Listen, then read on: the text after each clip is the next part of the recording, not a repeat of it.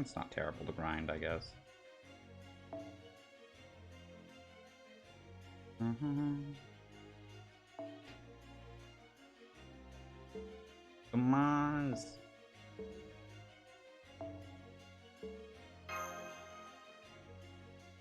Dude, we fucking get some kamazed.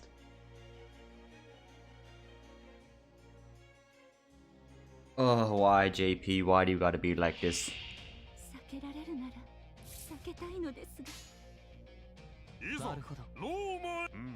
What's up, Bigness? Yo, dude. I'm so... Some people on YouTube, dude.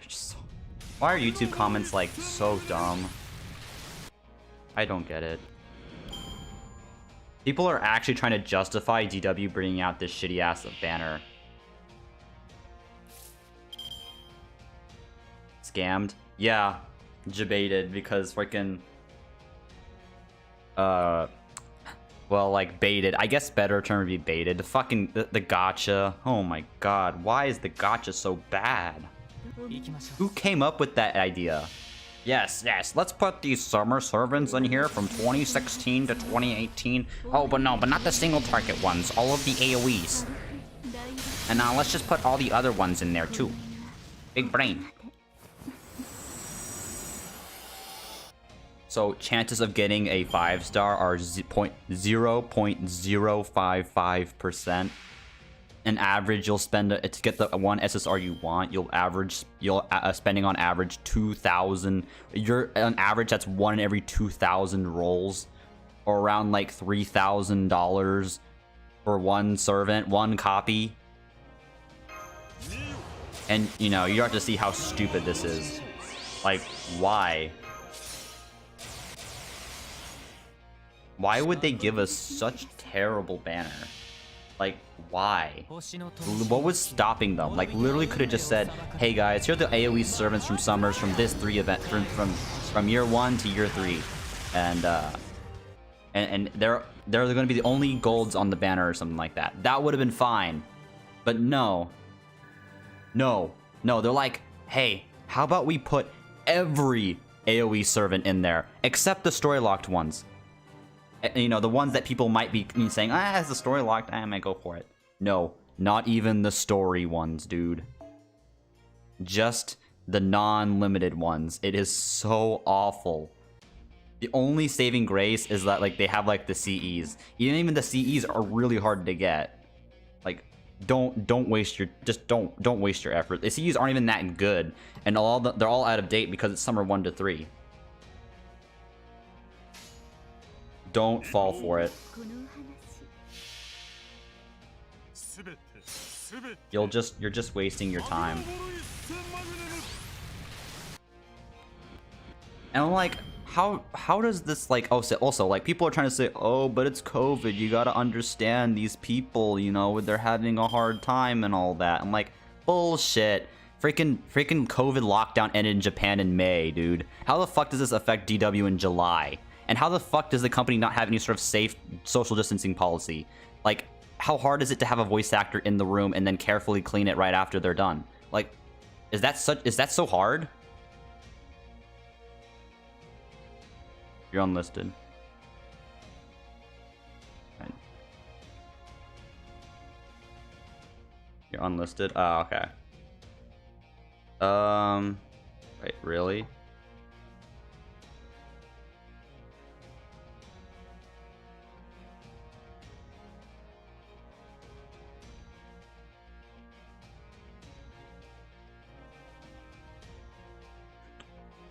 Let me check my channel.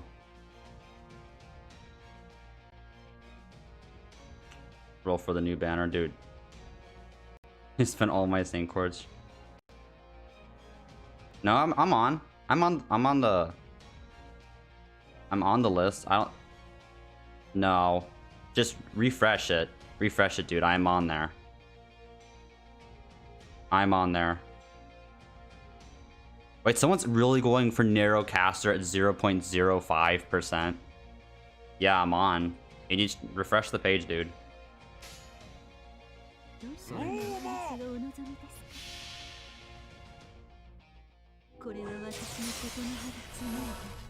Been a while. What's up, Homu?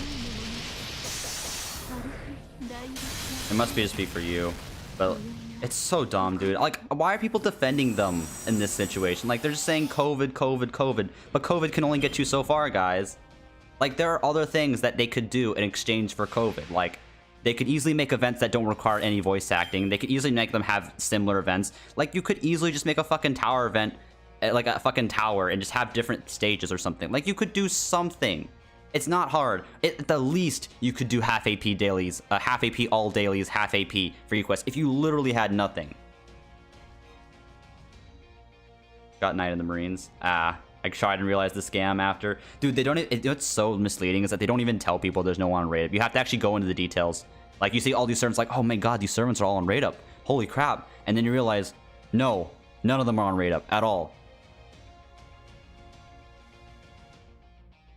And this is like the fucking, like, how many weeks has it been? 5 weeks?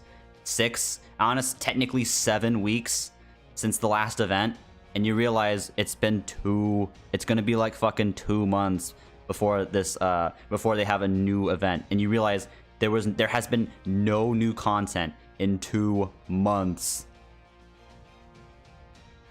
Can you really say that that something's not wrong with that? Not a single new event in 2 months.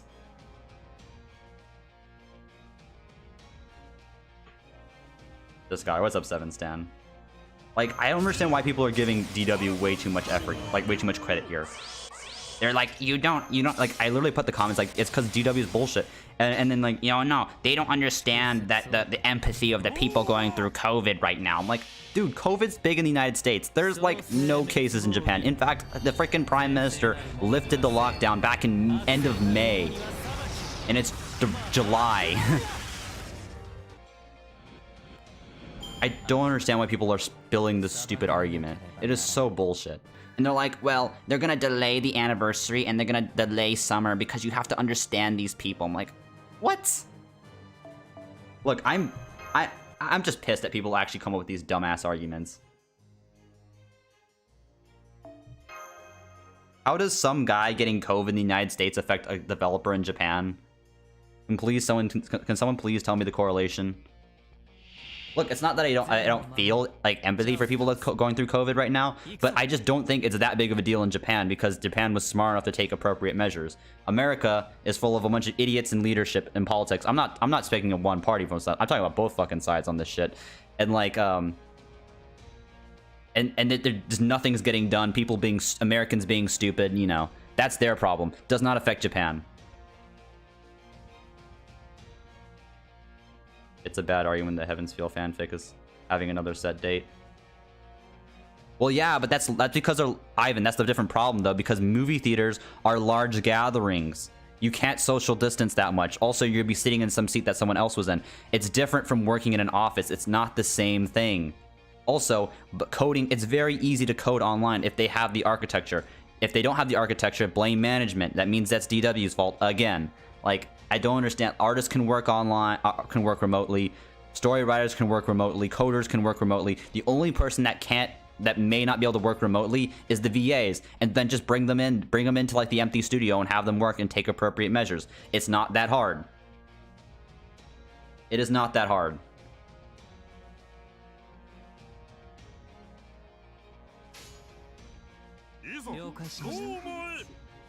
Like, almost every single person's job can be done remotely. If they wanted to. The fact that they don't do this is DW's own fault. And how bad is the banner? It is really bad. Unless you are a whale with infinite wallets, with infinite whale works, I do not recommend you pull one. Unlimited whale works. Then they just don't want, dude, they don't even want to try any at this point. Like, they're like, oh guys, here's this hunting quest, and yeah, suck it, bitch. That's all you get. Like, come on. At least they could do half AP something. I actually meant to agree with you, dude. Dude, DW's just not doing, dude. And it's not like this is like an isolated occurrence. This has been going on for a year, almost a year at this point. The same thing ever since Summer 4. DW's just had nothing. Like, they had like 3 events. Like they're averaging like less than 1 event a month, which is sad. It's just quite sad. Seeing all these like commemoration campaigns just wasting time, and like these commemoration campaigns offer like nothing to players that actually play the game, because they just refuse to give players half AP free quests. Instead, they give them half AP first clear free quests, which are infinitely worse, because once you complete all the free quests, you absolutely gain nothing for it.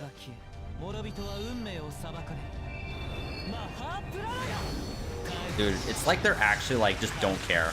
It's like the people don't even care at this moment. They're like, we make so much money, we could just sit back on our ass for like the next 2 months. How do you feel about DW giving us the worst? Dude, it's worse than... Dude, that banner is so bad. It's worse than the story gacha. How hard is it to rerun an event? Holy shit. Like, how hard is it to rerun, like, Ooku? How hard? Please explain, DW. Or at the minimum, it could have been a download campaign banner with servants on it, with actually good servants on it, and bonuses to players. Like, there are many different possibilities out of this. Not, hey, here's a 1-week hunting quest, bitch. Like it. Our main interlude too. Like, what? There's so many or like maybe do a rerun off a tower event. Like, there are so many different options if they tried, but it's the fact that they don't try that pisses me off. Like, they could do something.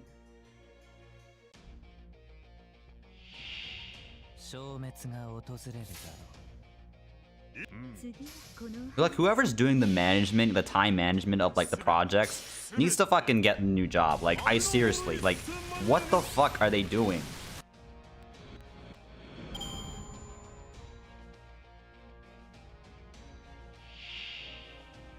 Nah, I don't think so. I think that's kind of a dumb reason. But I'm just so mad, dude. I'm just so mad at people trying to... I'm mad at people trying to defend this argument, that this tale that DW... Like, that GW is such a defenseless company and bullshit like that. That they're going through COVID or some shit. Like, what the fuck?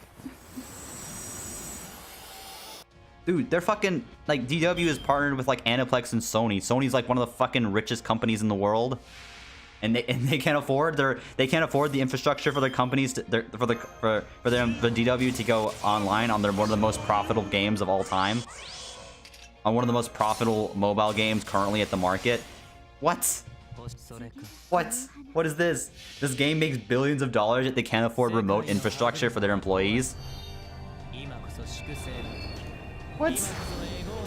What bullshit? What fucking bullshit?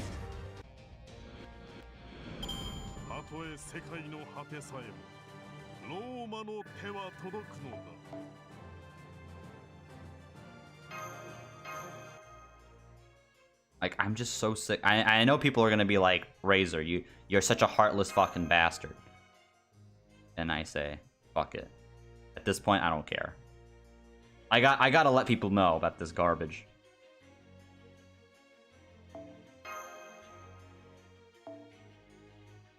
Like, I have no idea why they couldn't just put on the different summer servants on rate up, like alternate between summer 3, 2, and 1. Like, what?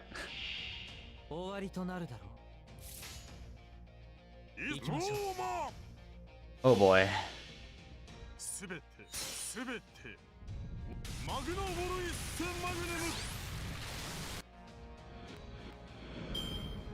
Why'd they put Nezha on that banner? No, they didn't put any unit on the banner.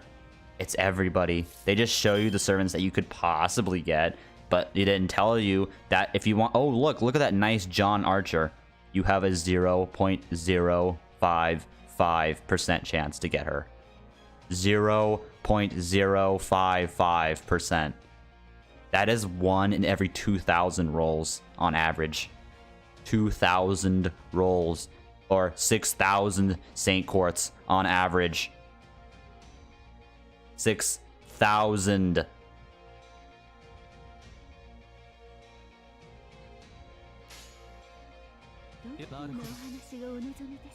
For one cop, I'm not even NP5 for one copy.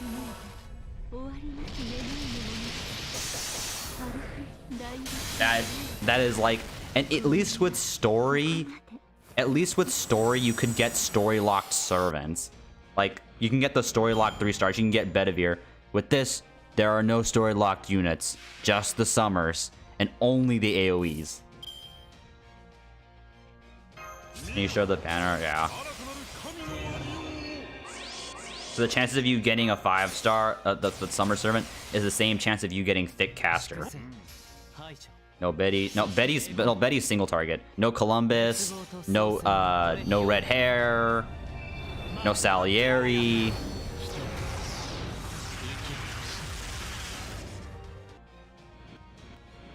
No Edison. Like no Tesla. The list just keeps going on and on, dude. Just keep your Sanquards. Guys, just keep your Sanquards. It's fucking bait. It's fucking bait. Class banners are better than this shit, dude. Like, literally, the class banners are, like, infinitely better than this gacha, dude. Just trying to scrape to the end of the month, I guess. I know, but there's better ways of doing it than that. There are better gachas they could have done. They could have just rotated the summer 3-2-1, like, AoE servants, like, every day or something. That is one way you could have done it. Not this. Not fucking this. Not fucking this, dude. This is mislead. This image is so misleading. It's actually crazy.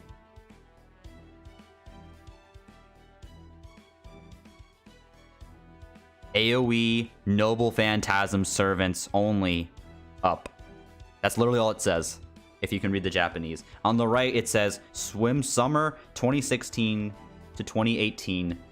Craft essences drop rate up.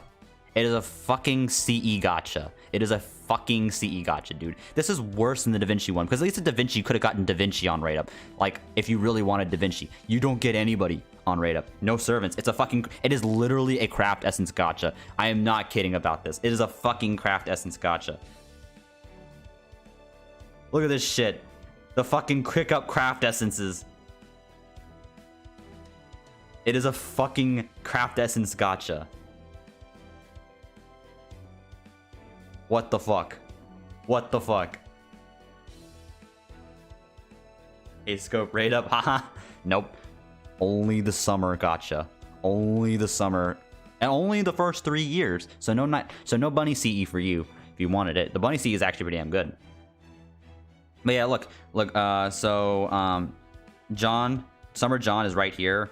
This archer, this part right here, if you can, I can't really label it, but 0.055% chance. That is the same rate that you could get Arjuna. They are the same. There is nobody on rate up here. Thick caster, narrow Claudius right next to Thero. The chances of you getting narrow caster are the same chances of you getting thick. Disaster. Disaster, dude.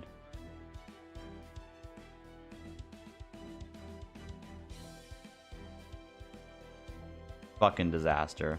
20 C. It's the Bradamante C. It's arts up. I believe crit damage up in stars. I think something like that. I bet you'll get John Archer, dude. I'm not falling for this. I'm not rolling, dude. I'm not even rolling. Well, I'm gonna try. Oh my god. Wait, but if you wanted Nero, if you wanted BB, why don't you just roll on New Year's? Why would you roll on like a banner that's like 10 times worse? Why would you roll on the banner that's 10 times worse? No, dude. Don't fall for it. Literally, it's like pretty much more than 10 times worse. But we might do some story reading. I almost finished the prologue of Lostbelt 3.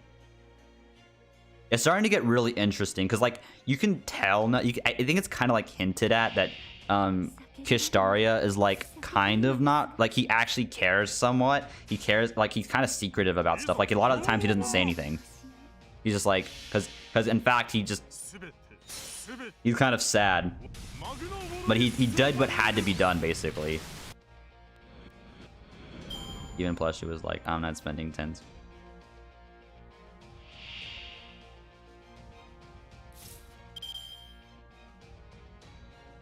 Oh my god. Just I gotta let people in on this. Like, it's a fucking bait. This is like literally the fucking bait. Like, it's the scummiest gacha I've ever fucking seen. Honestly, Is this? Nah, it's gonna be fucking Captain Nemo.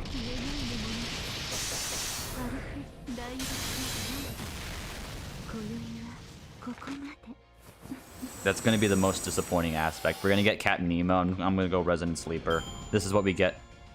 They're lazy. That's it, dude. Like people just don't want to admit that DW is lazy. Like people are trying to give every other like excuse and saying that it's not DW's fault. I'm like, bitch, how do you explain the lack of Halloween and the the weeks of the multiple weeks of Babylonia? Now I can roll for more. No, dude, no, Tom, don't. No, dude, you'll be spending $3,000 for one copy of John Archer. No, don't do it. Don't do it, man. It's not. Dude, all right, we lost Tom, dude.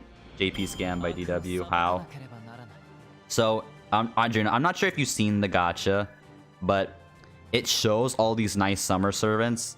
The reality is, in fact, none of them are on raid up. You just have a chance of rolling them. The chances of you getting Summer Narrow are the same chances you could get Thick Caster. The chances of you getting Summer John are the same chances of you getting Arjuna.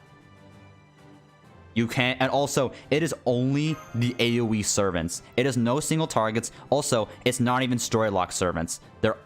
It's all the unlimited servants and the summer servants. That's it. That's it.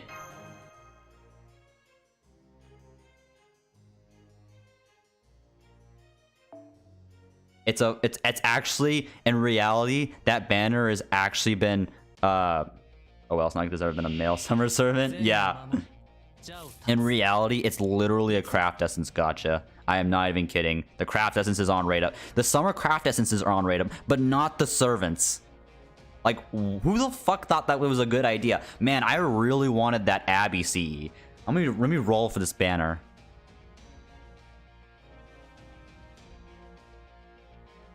Shut up and take my money. Oh my god, no, Tom, no. Tom, you need to give me that money, dude. Dude, Tom, I will give you Tom, I will pull John on my account.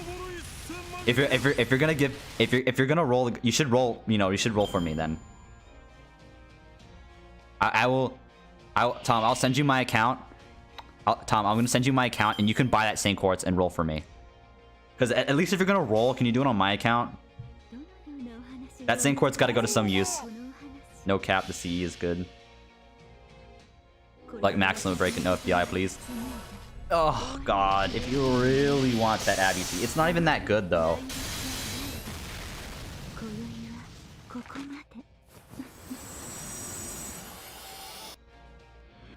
Like, I just feel like people are overestimating Kano Yoshiki way too much. Like people are just saying like he's this awesome guy, Nissan. I'm like, bruh. I'm like, yeah, he's the number 2 because he's too fucking lazy.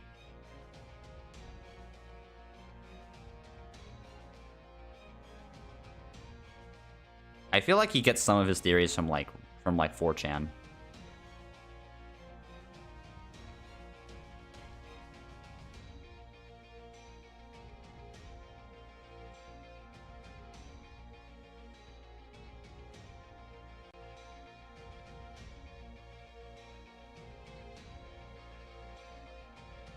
Well, people just, oh god, like, I don't like doing, like, talking about this shit, but like, I don't know, dude.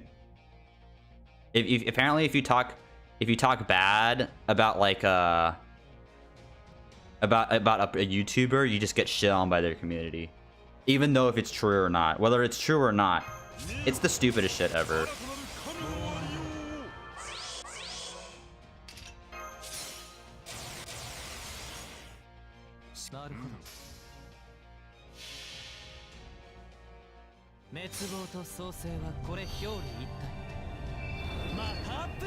Nice Domon event, guys. We're having, right? Nice Domon event. I love it.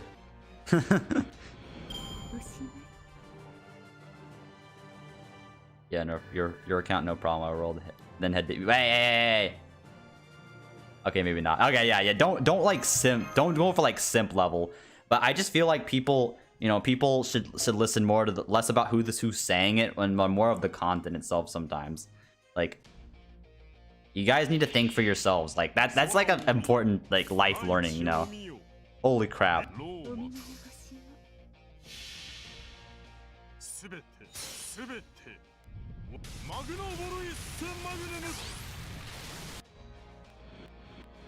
Dude, also I got FGO on running. Someone asked like how you can get FGO running on BlueStacks.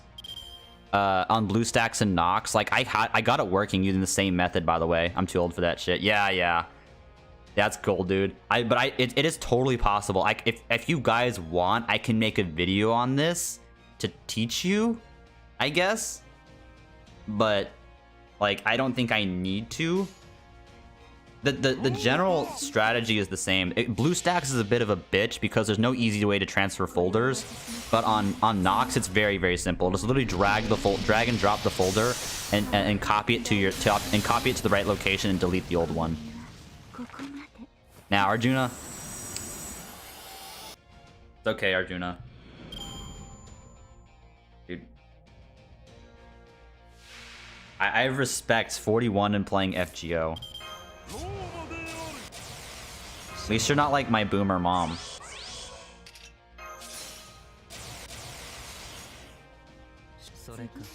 Like I literally said, "Okay, boomer," and you're just like, "Yeah, I'm a boomer. I was born in 1960." I'm like, "Oh, damn." Yeah. She literally like admitted it. I'm like, dude, that's respect though.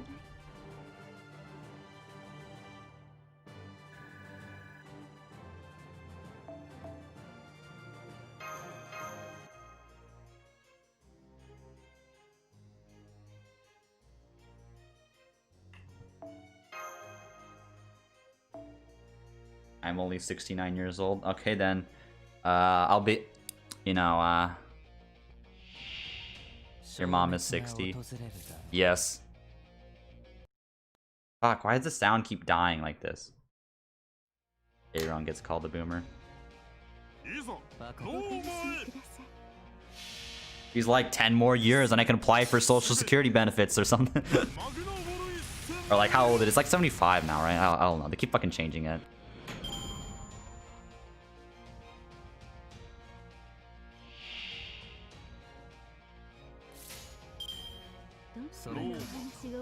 Dome.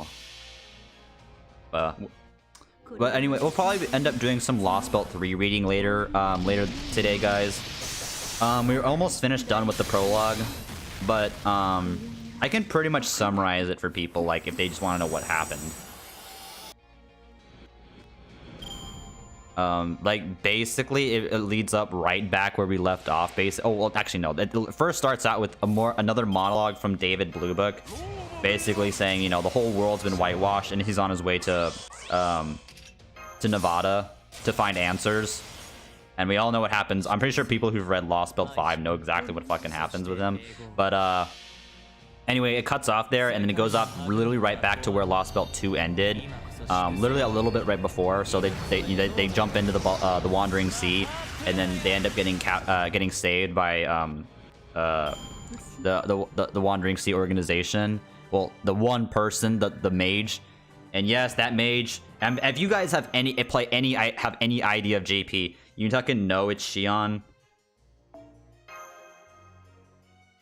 Shion Sokaris, Eltonum Sokaris.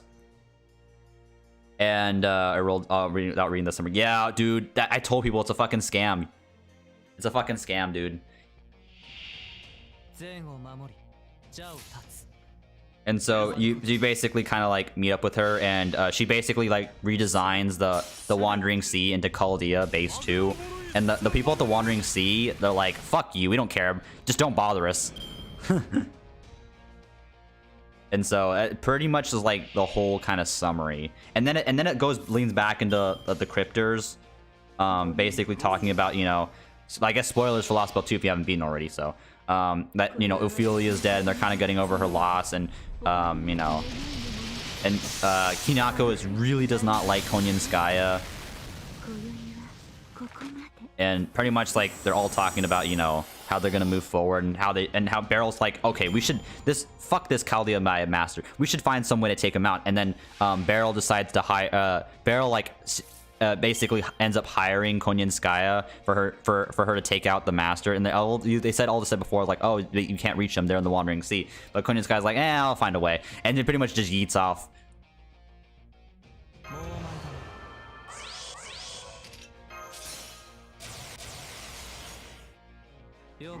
Yeah, there were more mages than Xion. Except they just ended up locking themselves in their.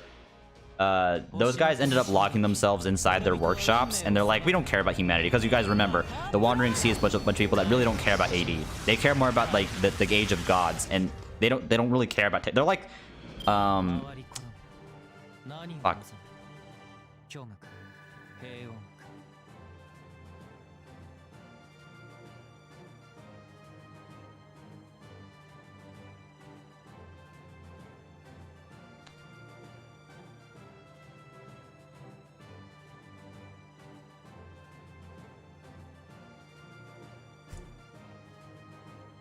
Yeah, they're like the fucking Amish, I guess. They're literally like the fucking Amish.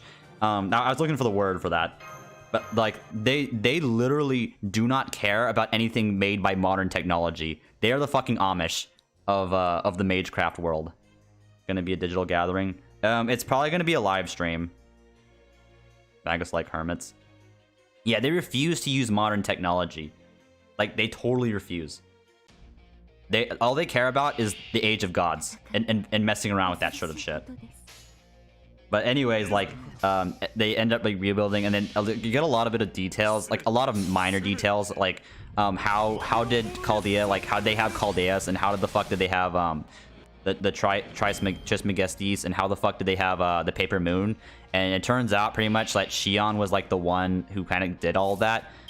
Because Marsberry helped her out with like telling her about like the race shift idea and sharing technology with them, even though he definitely should have done that by the clock tower. He probably would have been like exiled from the clock tower. She did it anyway. He did it anyway, and he earned the Atlas Institute's respect, and so the Atlas in return decided to share their technology with him. And she originally found this that humanity was going to be fucked over in 2018, but no, like. Nobody would actually like take her seriously in the Atlas Institute. They're like, we all see end of the world. We all see the end of the world very often. You know, if you see a problem, it's your responsibility, bitch. And that's literally what her dad told her. And she's like, okay, fuck you, father. And then she yeeted off, and the Trismegistes. She turned the Trismegistes 2 into a fucking plane and crashed right into the Wandering Sea. I'm not kidding about that, by the way. And she's been waiting for Chaldea. She's pretty much been waiting for someone to come ever since. So all she could do was kind of like contact, and she could tell the future, but like obviously with all future stuff, you can't really tell the future and expect it to be and expect that future to be the same. Now that the people know what the intended future was going to be, so she couldn't use it. Otherwise, the future would change, and she'd have to do her recalculations again. Well, 2018 is a bit. Oh, 2020. Okay, 2020. This was in JP, okay? This was JP, so this is 2018. Because keep in mind that only 3 months have passed in modern in Chaldea, like in the real world, in the world, because technically, like, so they yeeted off at New Year's, and then they spent 3 months in imaginary space, and everything after that, there's been like, it's been about like less than a month. So technically, they've only been there for 3 months. When that's why when they refer to themselves as 3 months, and it's been 11 months, you're like, oh, that's why, because everything is right. Right adjacent to each other. Like literally right after Lostbelt 1, they go to Lostbelt 2, and literally right after Lostbelt 2, they dive into the ocean to Lostbelt 3. Like, it's all taking place like right after the other with no break.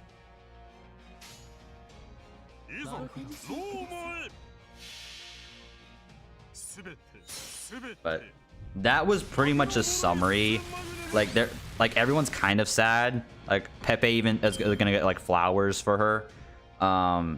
And Kristaria kind of, and then we ended up finding out that Kristaria knew that the danger that Cert represented, and his excuse was that Scotty was just end up being too kind of a Lostbelt king, and she may end up siding with Chaldea's favor, and so Kristaria had Cert as like a backup insurance plan.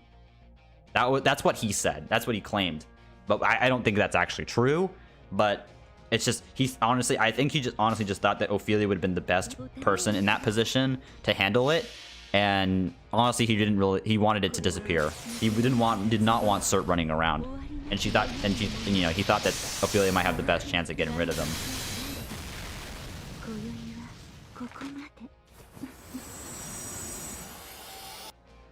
And then there's a lot of like other minor things, like details, like they're just kind of like jokes, you know, Gordolf being like, "Okay, bitch, oh, okay, guys, don't leave me behind," and stuff like that. But that's pretty much where I'm at. And that was the first 3 chapters of the prologue. There are 4 chapters, and this one's really long, so I left it till I'm gonna read it today. But for reference, if you guys want to know what tool I'm using, I'm just using a little bit of. Sometimes I used a little bit of the Reddit translation, but mostly what I've been using is the Translate FGO app.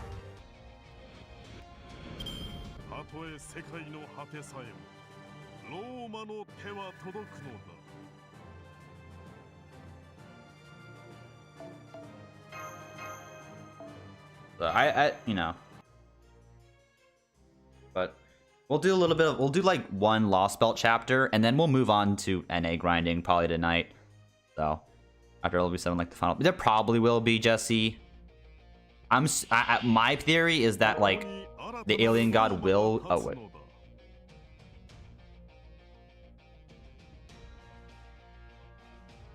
Ah, yes, sick. Nice.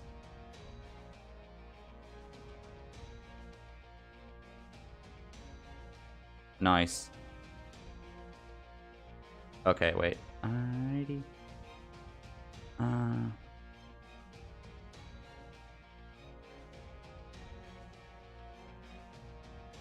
Sorry, I got an email from what I was really for this person. I need to send it back a quick response.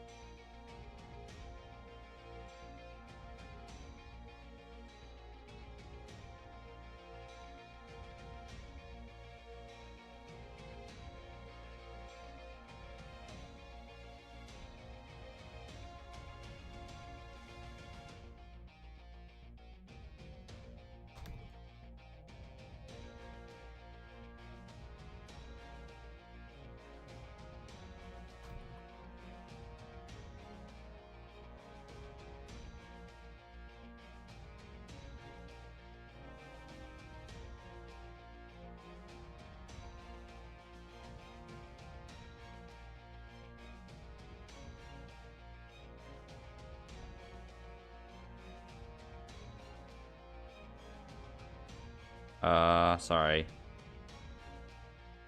Sorry about this, guys. There's one class I really want to take this semester, and I just found out about it, and so about a change, and so I have to mash these emails, and you know.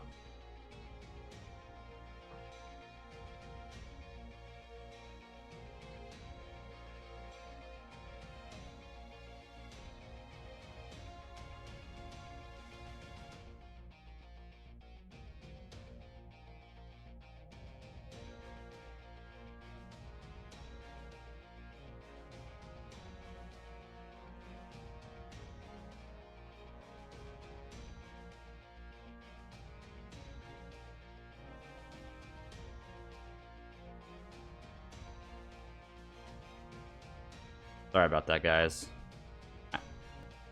Dude, I have to move like crazy fast, otherwise this fucking course just disappears after LB7. Like, I have a feeling that like that the alien god's gonna steal Ort, and she's gonna that's gonna be like her final body, kind of like Gadia.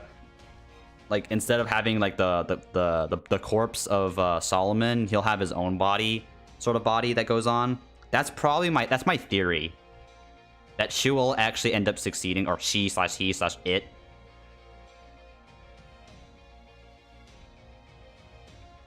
No, fuck off. Monka S.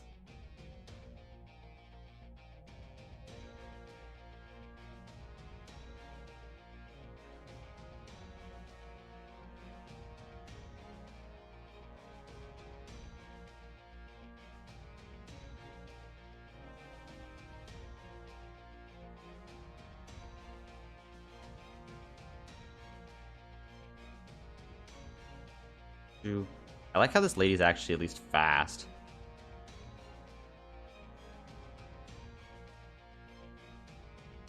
All right. Sorry about that. I just gotta attach this email.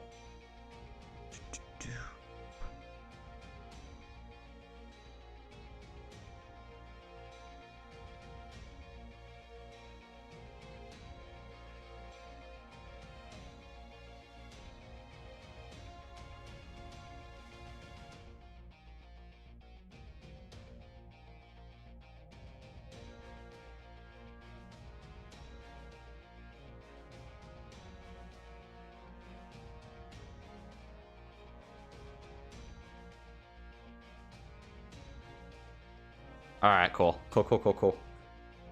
Sorry about that. I had an email, and I like, especially with this registration stuff, like it's such a big pain in the ass, and I need to do that before this course fills up. I'm not sure if you guys ever had that the struggle of having to register for courses and everything's just full, and you just hate yourself because you have to take some shitty course. Ugh.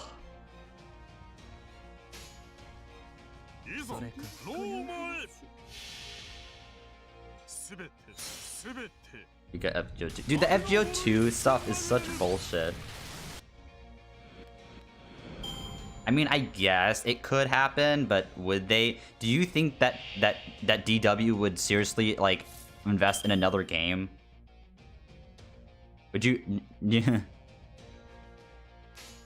Do you seriously think DW, who can barely put out one event, would make an entirely new game?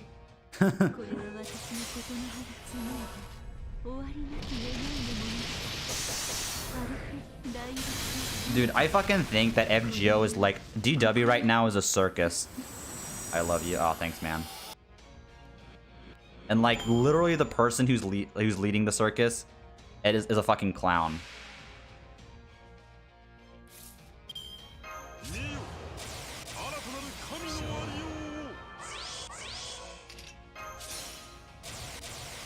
Fucking clown fiesta we're living in.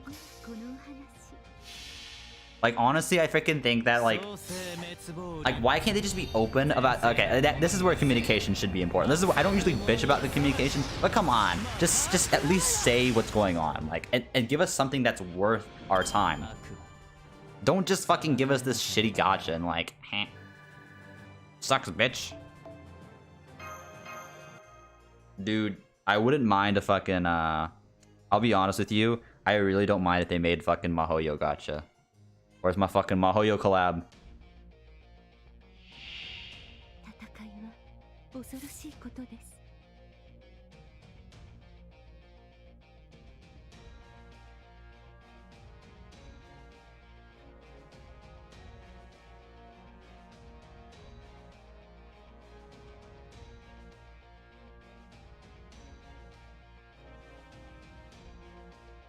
Why can't they do stream or something? I don't know, dude. People are acting like it's like a plague or some shit. Like, holy Jesus.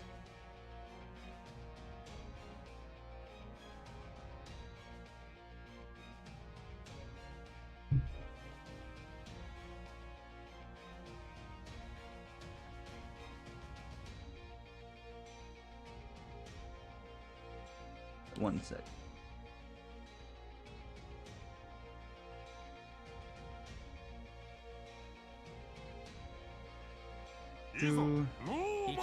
But like, seriously, like, how, dude, all these other companies are bringing out shit in their games, and then FGO is like crickets. Like, trust me, I will defend DW when they deserve the defending, but there has been absolutely nothing worth defending for DW lately. Nothing. Absolutely nothing that they deserve praise for. They made a fuck, like, if they really wanted to, they could be nice. They could be nice. They'd be like, hey, here's the summer servants that you guys were, here's some servants. We're putting them on rate up along with the CEs from those years. Nope. Nope. Nope.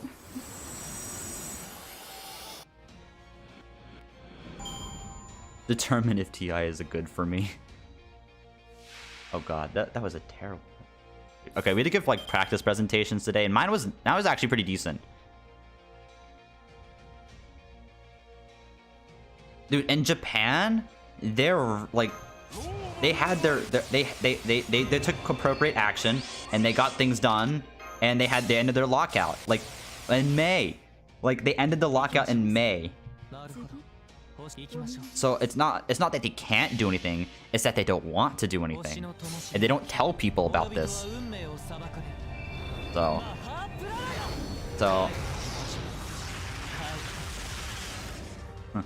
dude, I don't even know anymore.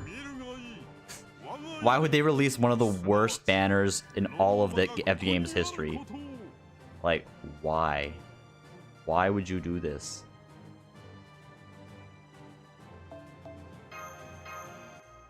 That's the real question that people have to ask themselves. Why?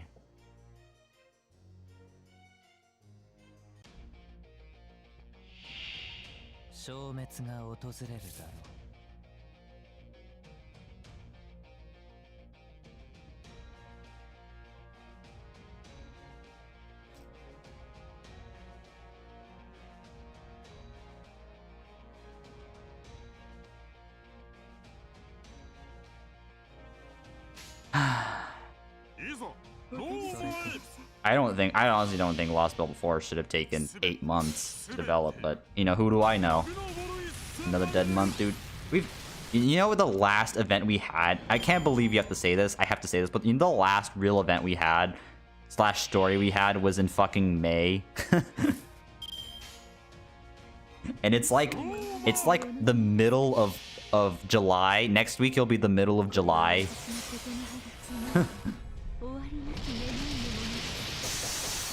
So it's been like almost 2 months.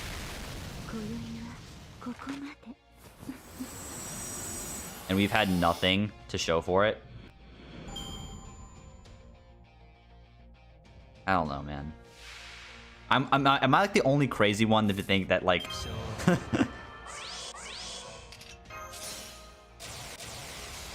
holy Jesus.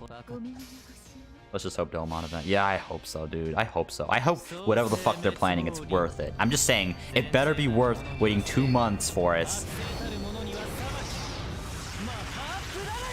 If they wanted to bait people, they could have at least made it like less obvious bait.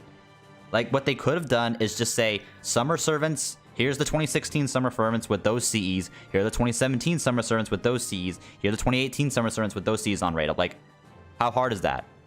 How hard is that? Elixir 8 X, thanks for the follow. Like, that would be a bait, that could be a bait gotcha.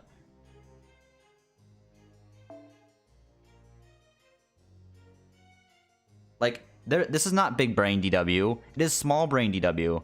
Because they, you know, they could have at least made it like a lot, you know, a lot hidden of a scam than it already is.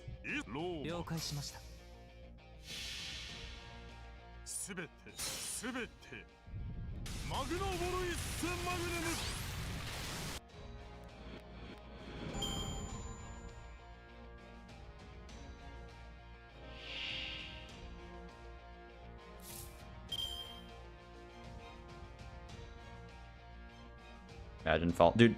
Imagine people actually rolling more than one multi on this gacha. I think those are also some real clowns, but you know. Like I understand people memeing with like one multi, but people rolling like a fucking pack on this? Nah, those are the clowns, dude. Clown fiesta.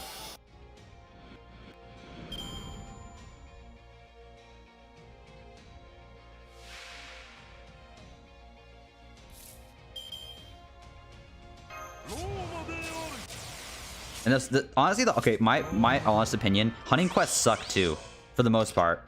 The hunting quests are terrible because they're all 40 AP. What's actually broken, and they know this is broken, but they'll never do it ever because they know it's broken. They only ever did this once, ever. And this was during the first anniversary of the game. Half AP free quests. They know it. They know it's broken. They know half AP free quest is ridiculously good for people who whale and have the ability to grind a lot on the game. It's actually like, imagine an event and like to match how good that is, and imagine an event with quadruple the drop rate. That is pretty much has to be the same as like the as the free quest rate. I rolled this without knowing. Okay, if you knew though, if you were fully aware and you rolled, not if you didn't know. Did you find Utaru wa Mono Racer? I haven't played it yet. But maybe I should, because there's just nothing to do right now. No, I know where to find these. I don't know where to find this stuff, dude. I found Tsukihime, and I patched the audio myself. Like, come on.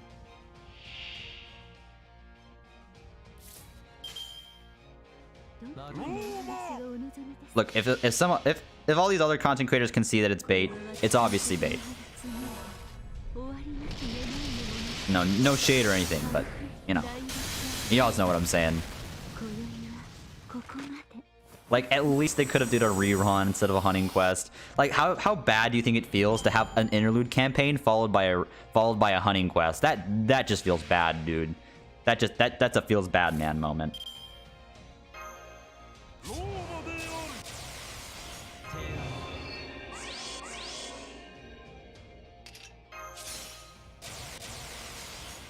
By the way, Sengoku Grand... Dude, Sengoku Rant is a really fucking fun game. Rant 6 is awesome, too. I really like Rant 6. Rant 6 has a... The combat is like... It's pretty good, but the story of Rant 6 is awesome, too. Yeah, I know. I know he did, Morsay. I'm not gonna go over it, because I don't want people to throw shade at this again and go back and open the can of worms. That's why I'm trying to avoid talking about that, but you know, I'm hinting at it. And nothing else. Yeah.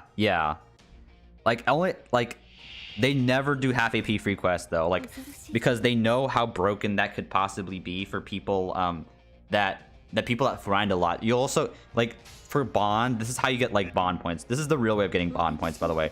The events, not really. So you're the one who got David to play Rants. I was curious why he's playing a lot. Dude, fucking Sengoku Rants is addicting as fuck, and you know it. You should play it, fucking Sunho. You should play it. It's addicting.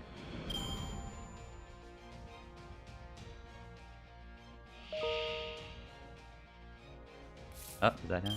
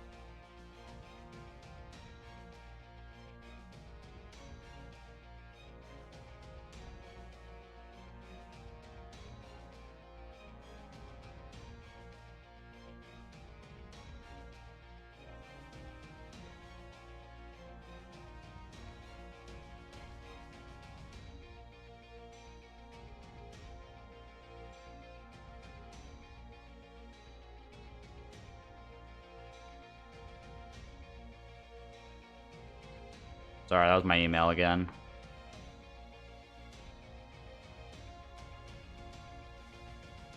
I'm grinding DQ11 now and some random S. Wait, you're still playing that game? Bruh, you need to stop. Get some help. Get some help, dude.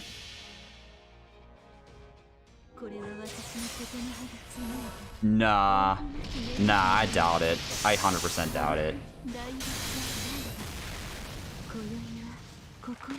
Nah. I don't think so.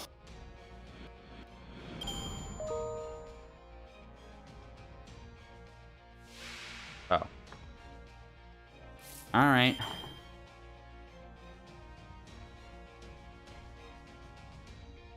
I gotta email her myself. Yeah.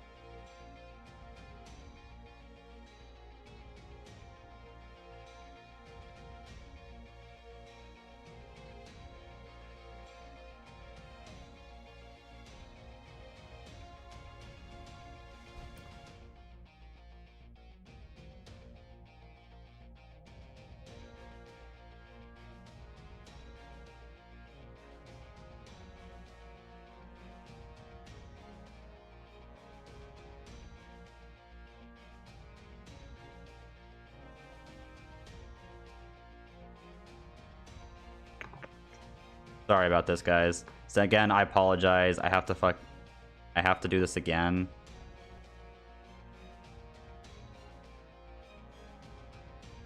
I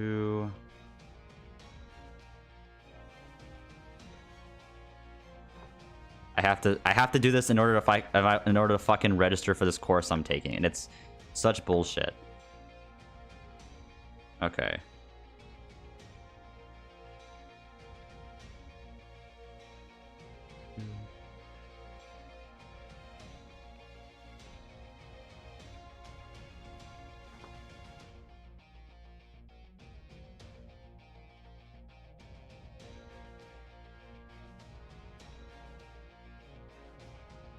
What the fuck? Why isn't it not working?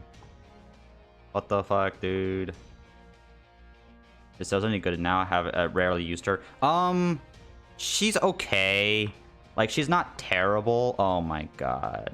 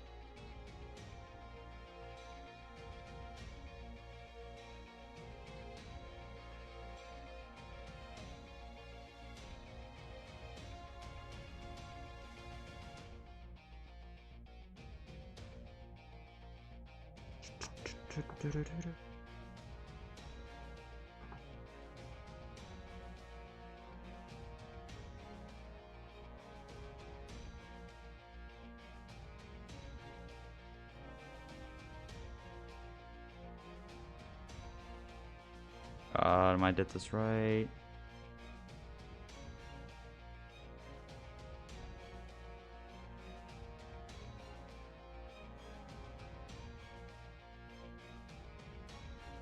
Okay.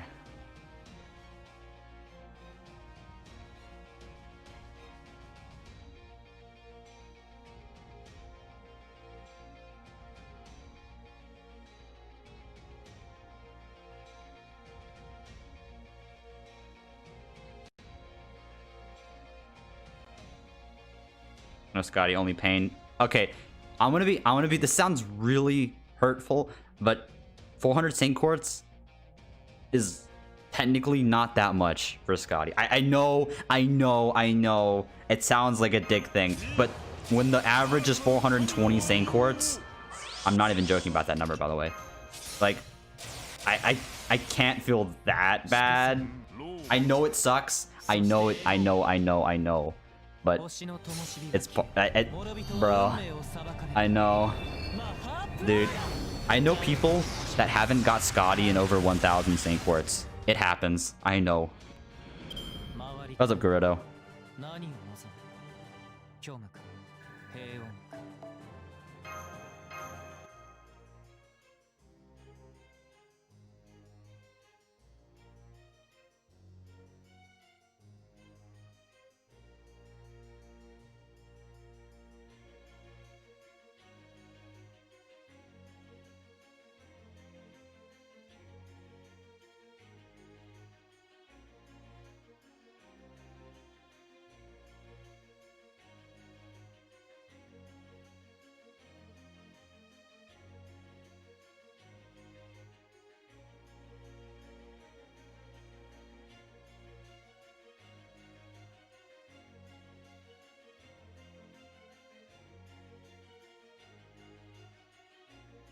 Rip support waivers.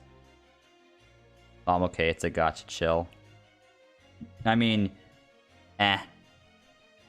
feeling pretty sad that I got John Alter instead of Mel with my GSSR, but I got NP2 Scotty and 350. See, you know, there's good luck and there's bad luck. Dude, the most I spent on one servant was Mao Nobu. I spent $880 for one copy of Mao Nobu. For one copy, dude. My god, Juna. Yes. But this is what actual farming looks on JP, guys, with free quests. This is how it actually looks. No Scotty farm. No, that stuff takes too long. This is how, like, the people get it done. People who have 2 MLB scopes rejoice.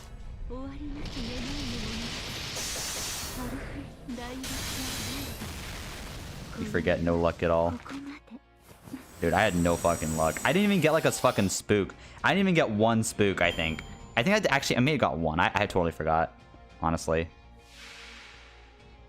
But my summer lurls were like insanely lucky. But this is literally what JP farming is right now. It is very easy.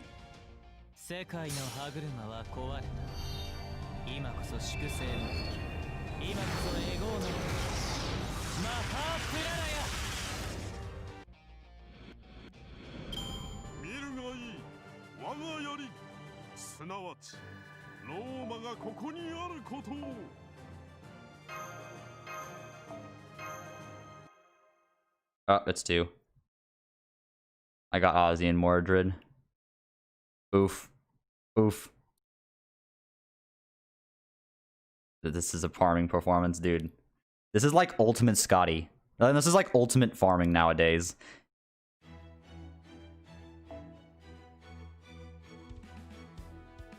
You can pretty much farm like almost anything with this comp, by the way. Like with a general comp, like 2 SSRs and like two AoE servants with MLB scope or something that gives them charge. Plus they can get 100% on their turn, and then just Arjuna Altar. That is literally all you need. Like a high enough NP, like NP3 to NP5 Arjuna Altar. Honestly, you can even have it like as a support, like I do, and it's so nice. It is so nice. It just it like simplifies everything. So you can literally, with the 113 cost, you can literally put 2 4-stars with two 5-star CEs right here, and then you can put 3 5-stars in the back with 2 4. Okay, I'll show you what it looks like. It kind of looks something like this. So you can put 2 4-stars with 2 5-star CEs, and you can have 3 5-stars in the back with a 5-star CE and the 5-star cost CE, bond CE on here, and that's exactly 113. That's probably the most optimal team. Like this format. But I'm 1 off, so.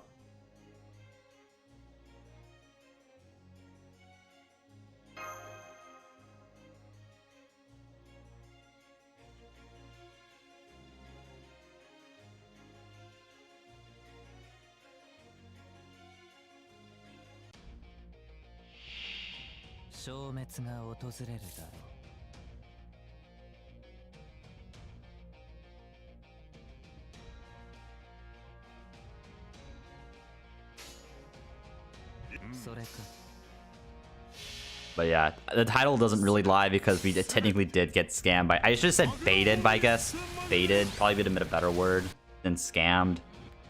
But it still doesn't change the fact that fucking NA at JP got fucking scammed. What do you think? What do you think about a pity system where the more rolls you have, the higher chances you roll, but only for NP1 after NP1 is normal back to normal rates? Nobody else can go ham, but it's a bit better for free to players.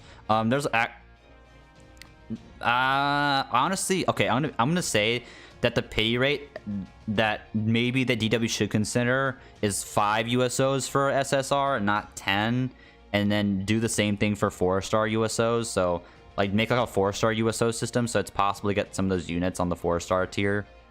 Makes them easier to get with having to put these units on rate up that will probably never get rate up, because you know, when's the last time that Carmilla had a real rate up? Greetings, and WoW DW really is reaching, yeah. When's the last time that Assassin Carmilla had a rate up, by the way? Rest in peace, plushie.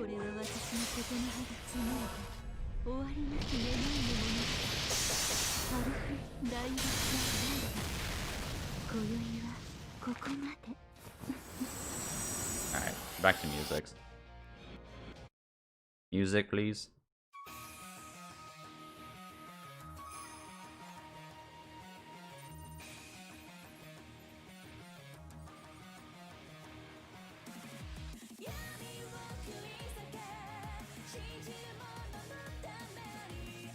But we've gotten so baited by these guys. I mean, I guess in the meantime, I'll get like 5 more units spawn 10, I guess. I'll have time. Also, by the way, it is totally possible to follow my guide to get FGO on. I put in one of the comments. I put a tutorial on how to get transfer your FGO to the data file to your emulators. What's up, Chiron? It's a little bit of a bitch process on BlueStacks, but on Nox it's very simple. But it's possible on both. I haven't tried Mimu because I don't want to try Mimu. But I got it working on Nox and I got it working on BlueStacks. BlueStacks just takes a lot more time. Like for BlueStacks, you wanna zip up your file, your folder, and then upload that to Google Drive, and then inside BlueStacks, download the file and unzip it and put it in and unzip it to your to the Android data folder, but with Nox, all you have to do is drag and drop, and it'll be in your emulated zero storage like pictures folder, like in the SD card. And then just copy that over to the data folder and just delete the other one. How many stakes do you need? I don't really need stakes. I just want more stakes. So my goal right now is to have 800 stakes in total right now. So I just need an excuse to use Shahrazad because I don't fucking want to use her. Because her NP's so fucking slow. Her skill animations are so fucking slow. Oh, God.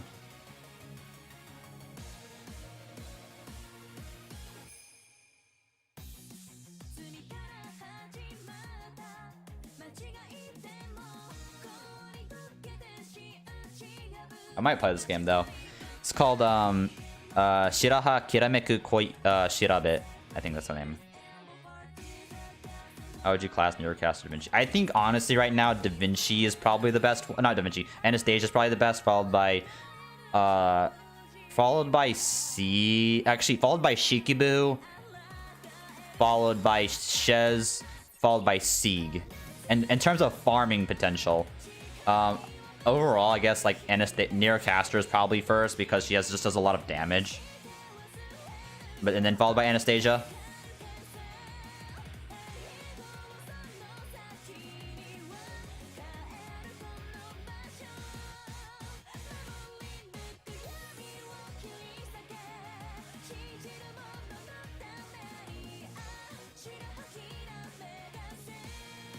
But dude, I literally had some comments like apparently I have no empathy for people having COVID right now, going through COVID for some reason.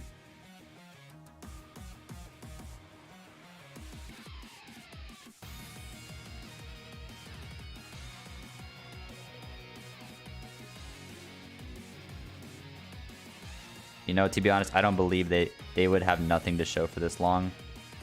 When the whole Under the Sky celebration was supposed to be the biggest thing ever offline. They even rented the whole fucking dojo for Forgotten Lot. I refuse to believe they're so stupid they would make the biggest offline event ever and have something to announce. And have nothing to announce. So I don't really know what the fuck is going on here. I'm just gonna hope for the best. Dude, I'm hoping too, Plushie. I am hoping too, Plushie, man. Just please have something. Just please. I swear to God, if the anniversary is just full of faux pas announcements,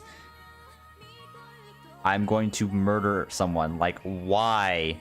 Why?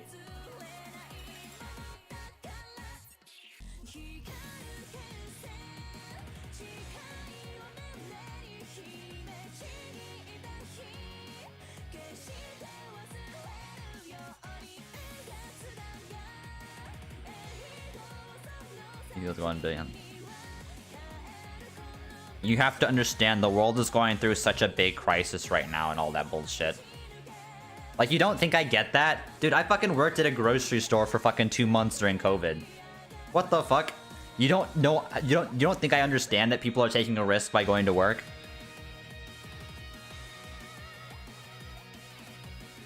Jesus.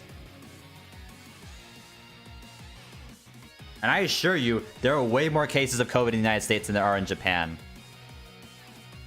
Bitch messages aren't showing up. Oh, rip.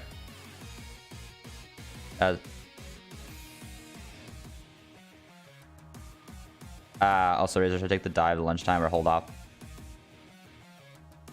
Incriminated himself on stream.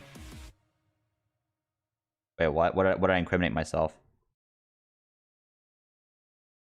Oh, yeah. Twitch messages aren't showing up. Fuck.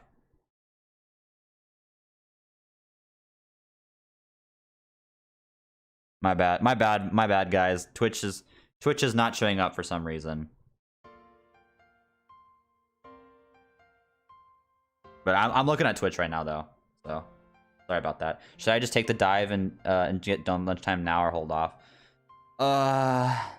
Wait, on NA or JP? I would say probably fuck. I'd say fuck it. Get lunchtime.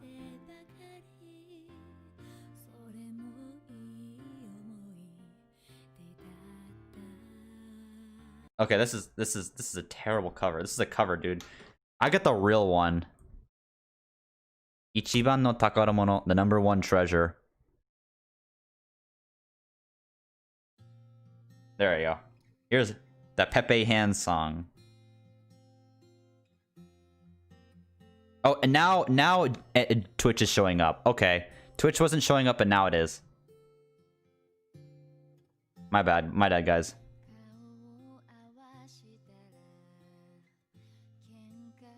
Imagine YouTube stopped showing. Is YouTube working, guys, or did that also go down? Oh my god.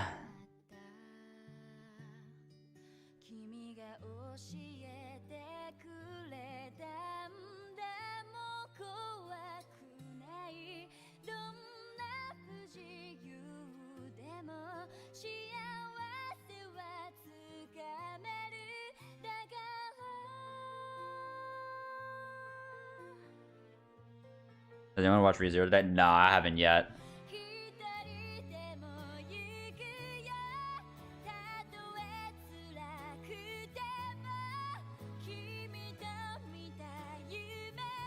But yeah.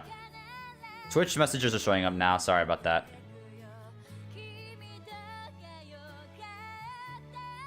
Holy crap, why is it lagging like that?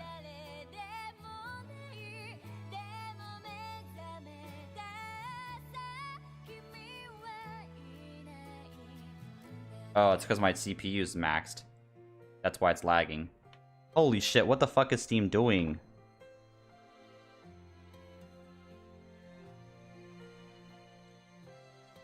Okay. There we go. Yeah, I need to get a Razer needs to get a better PC. The CPU, my CPU is pretty much toast on this laptop.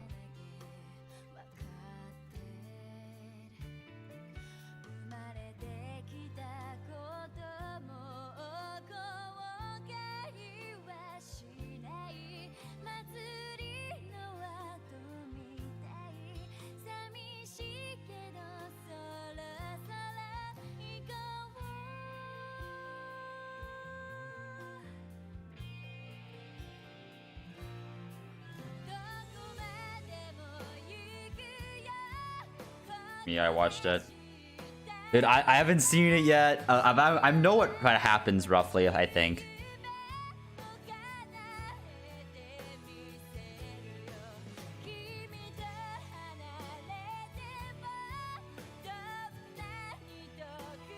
Wait, I'm looking at the thumbnail for LJ stream. Is he vaping? I can't tell if he's just eating something, drinking something, or he's vaping. See, the problem is vaping costs money, and so that means vaping is bad. Because it's interfering, it would interfere with gacha. Plus, all my relatives would just fucking kick me out if I vaped.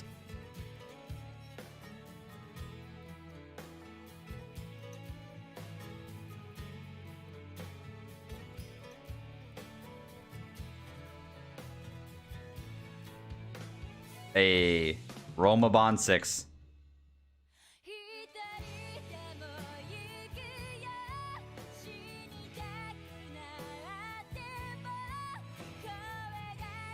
That and the lung damage, yeah.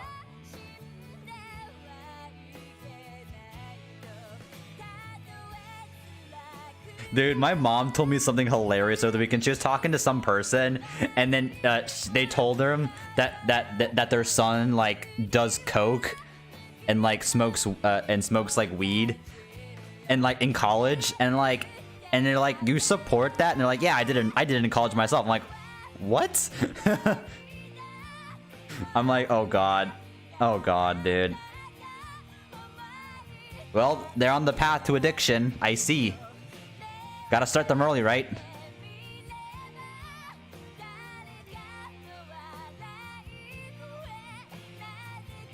Smoking weed isn't bad.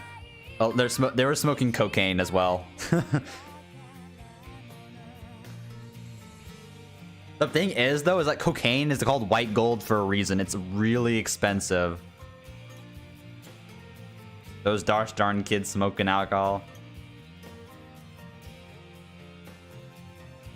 Don't they know it's the gateway drug? Alcohol is the gateway drug, Keppa. It's really bad, but weed isn't that bad. Yeah, true. See, I learned early, but you know, I wouldn't say Christian household, but my parents are super like my mom's super like is Asian, and she's like, nope, you do that, you're out, you're fucking out. And so I'm like, well, I guess I'll never do this shit because I'd rather like to stay in my house.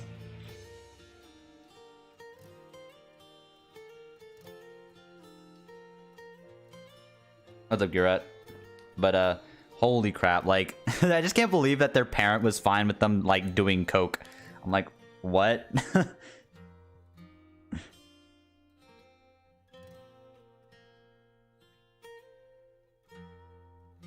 But I mean, they do go to like a rich party school.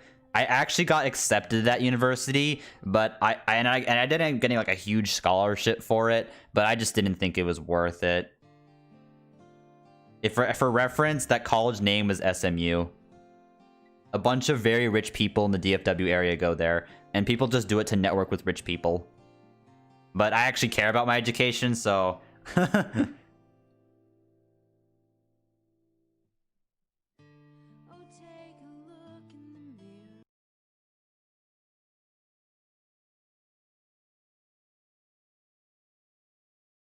Dude, it's either drugs or gacha.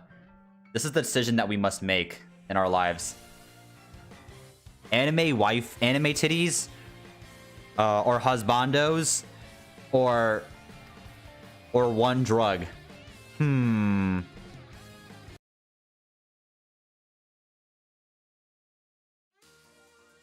That's the second ending.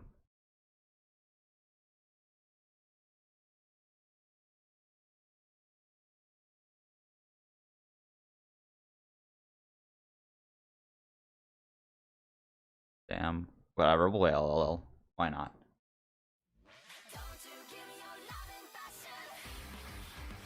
Two enemy hunting quests. Yep.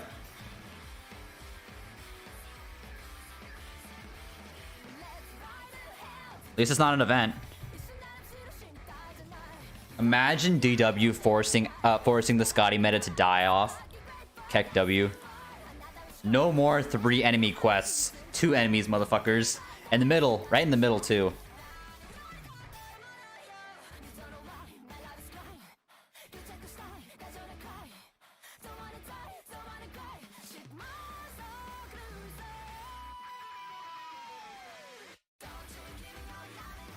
Welcome to the modern age. Oh, look, three steaks. 2 mint steak.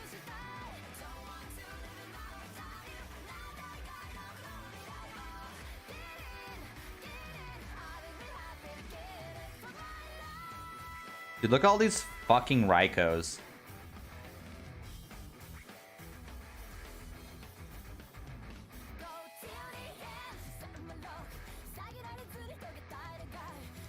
How much is this game? Dude. But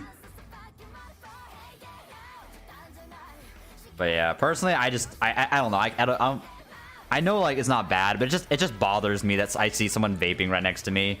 Like, I don't know. I'm that guy. It just doesn't feel comfortable being next to the guy that's fucking smoking. Or has like smoker breath. Oh my god. Dude, the fucking people, like people's breath when they smoke a cigarette is so fucking bad. Holy shit. Use Raiko. No smiley face.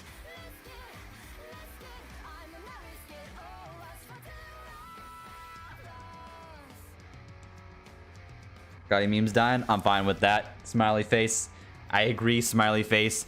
We might actually get waiver one day on support lists. Waiver will one day make his return back to the support list. Dude, I actually kind of want more waiver. Is that crazy? I want waiver to come back. I want Tamamo to come back on support lists. All we fucking see are Scotties nowadays. Like, everybody and their mother has Scotty on support. I am following the trend. I put waiver on my support list. Will you guys follow me? Follow my example, Pepega?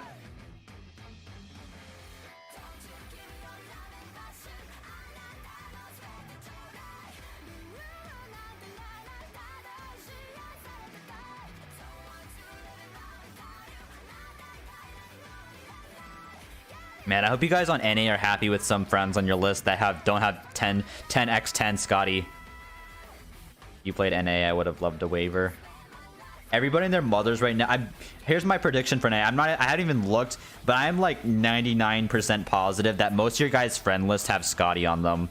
Like, support lists have Scotty on them. And this Scotty is not like 10, 10, 10 yet. This Scotty is like 6, 6, 4, 6, 6, 4, 6 or something like that.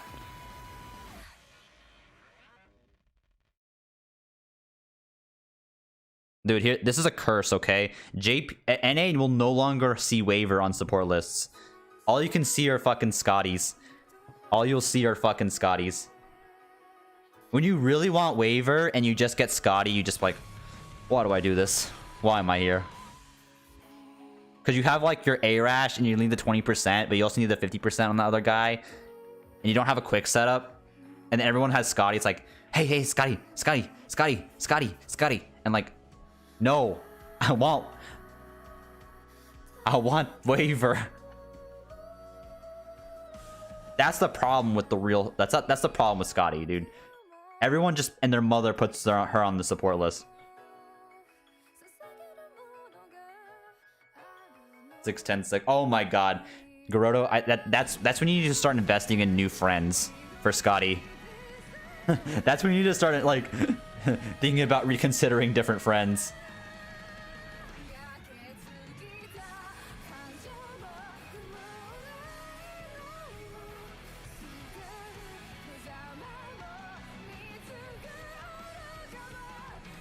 I see, thank you for the advice. Yeah. That's when you evaluate their life decisions if they got 6, 10, 6. Scotty.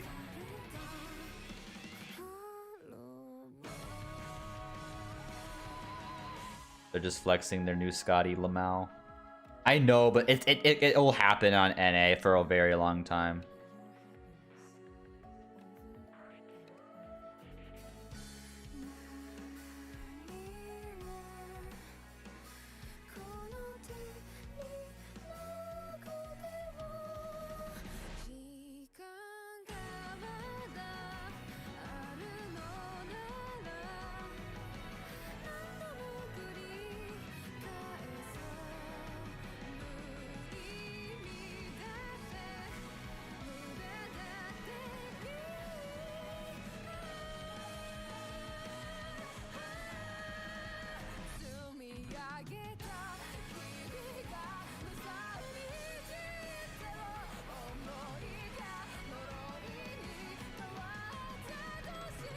I still think that like there's no defending DW for this shit. There is no defending DW. There are ways to conduct safe work practice, safe social distancing practices and still work at the same time. There's not mutually exclusive. Like, it's not a mutually exclusive thing, DW. Use your brains if you have one.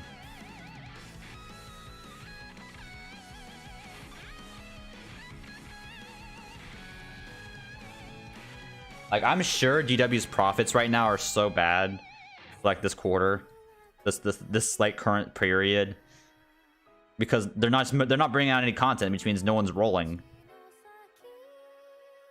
Then again, what I don't know, what's happening with W? DW released one of the stupidest gotchas ever, and another dead week, actually another dead week, followed by a week and a half of a dead week. We get another week of a dead week. They're like, they fucking debated us. They're like, hey guys, it's gonna end on Wednesday, and most people thought like, hey, they're gonna put an event. And then fast forward, like, no new announcement, no new announcement, no new announcement. And then like, oh, time to release it. Hunting quests. I'm sure if they announced hunting quests, there'd be a amount of people that would be really pissed. So they're like, they kind of kept it hidden until, because they knew no one's gonna like hunting quests. Nobody liked that. And then they released an AoE only servant banner. And then you realize how bad it is. And then they put these summer servants on the front cover, and they're like, hey guys, it's the summer servants you guys are looking for. And you realize if you read the fine print, you'll notice that none of these servants are on rate up. There is no rate up on that banner. In fact, and it's the only thing that's on rate up in that banner are the CEs. It's just that the summer servants are in there, they're just not on rate up. So if you want that Abby CE, good luck. It won't be that hard. But if you want something like Swimsuit John, you'll be spending 3,000 Saint Quartz for one copy on average. Good luck. Like, who the fuck decided to give that the green light? Seems like a god tier scam. And like, it's very misleading for most people who don't read the fine print and look at the actual rates of the gacha. You're like, oh look, John's right there. And then you read the details. Oh god, what the fuck is that? Rate up rather than rate up, dude. I don't understand. I don't understand. If they really wanted to, like, a money, can they just give us like a fucking download like they could have done a download campaign. Like, there was no reason to do this. They could have just said, here, download, random ass download campaign banner, and here you go. Here's all these nice limited servants that are gonna appear, and here, and it'll be on for an entire week. It'll be on for 2 weeks, and we'll have these like 4 limited servants show up. That would have been good, and I would have been totally content with this. Instead, they went down the stupid route. Beta. It's so fucking dumb.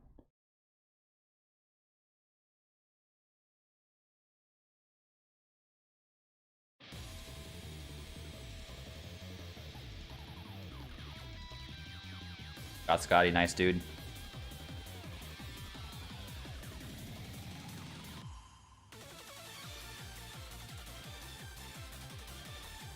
That sentence found familiar.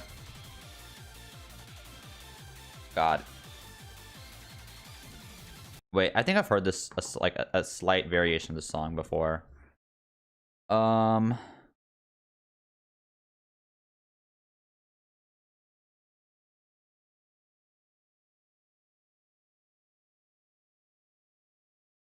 Yes, this is the one.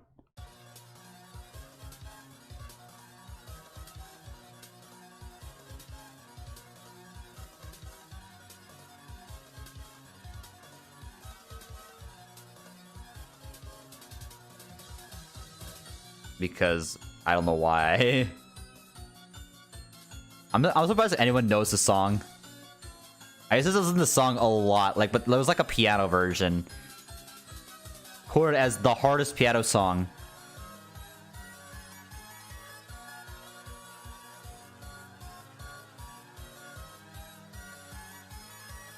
I don't think it's even humanly possible to actually play this on a piano, like that like double the tempo.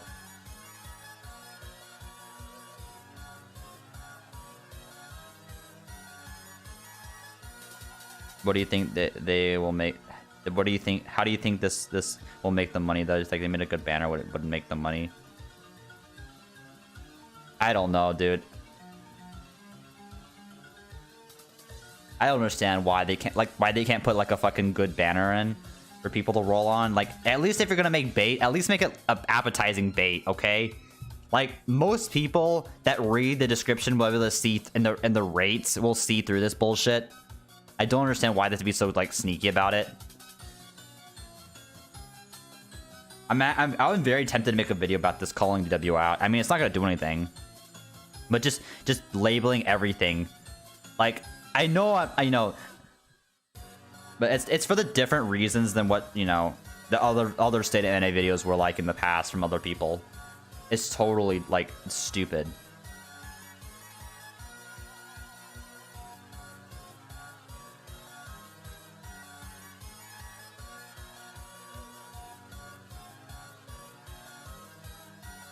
What the fuck is that thing anyway? That like those fucking like little people that like and Scheherazad's NP. Like what the fuck are those things?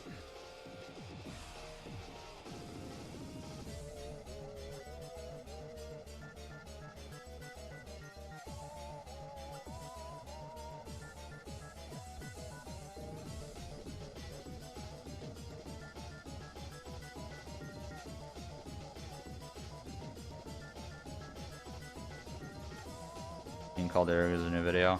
I don't want to watch that shit on stream. The minute I watch the video on stream, I'm gonna open up another can of worms. So for stories, yeah, I know there's stories, but what the fuck are those little fucking things? I have no idea.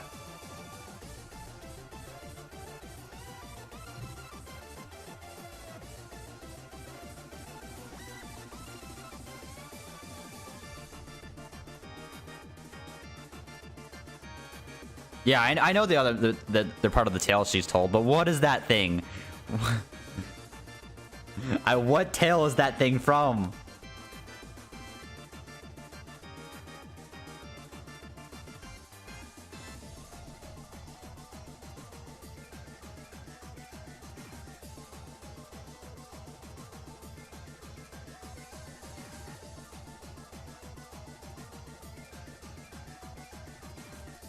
Like, you have these, like, little, like, circle things that, like, when she pops up, like, that kind of like the first part of her NP.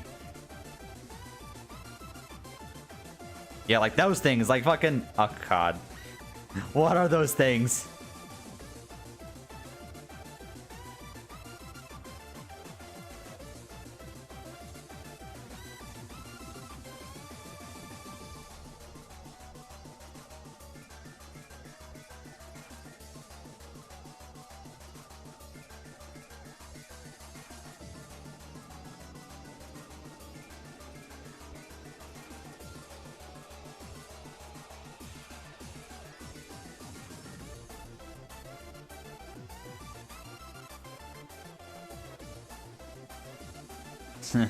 Two enemies.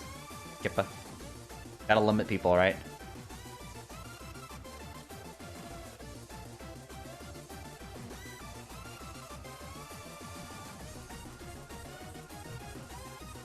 Remember when servants had like the quick remember when GW released good quick servants? Those times are over. Out go the days of Dante's and Lancelot. In come the days of Zoomer Archer and Bradamante or Nightingale.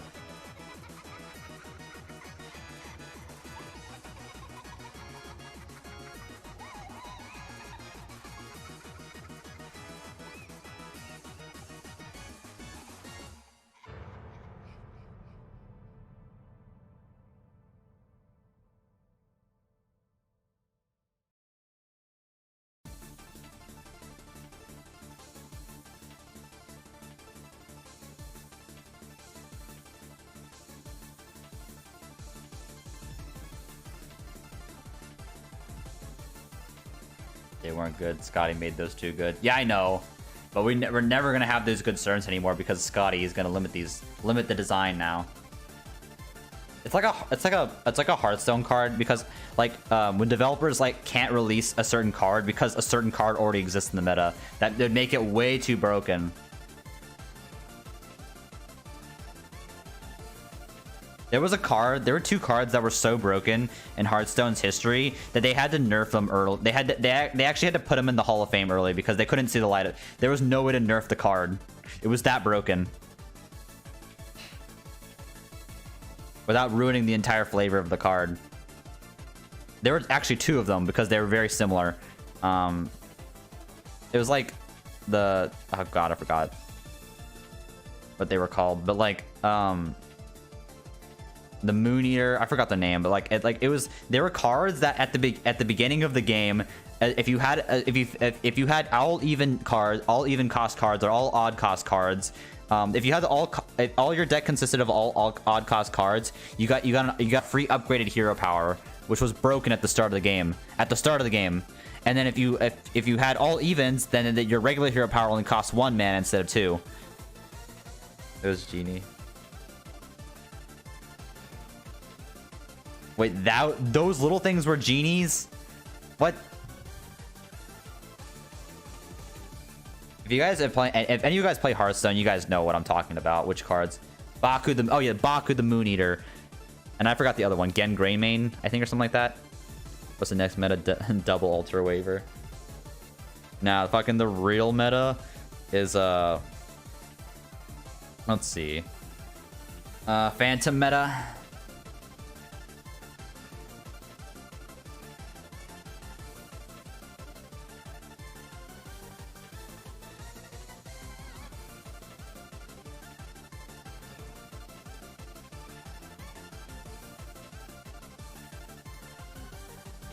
Dude, apparently JP people are pissed about this too.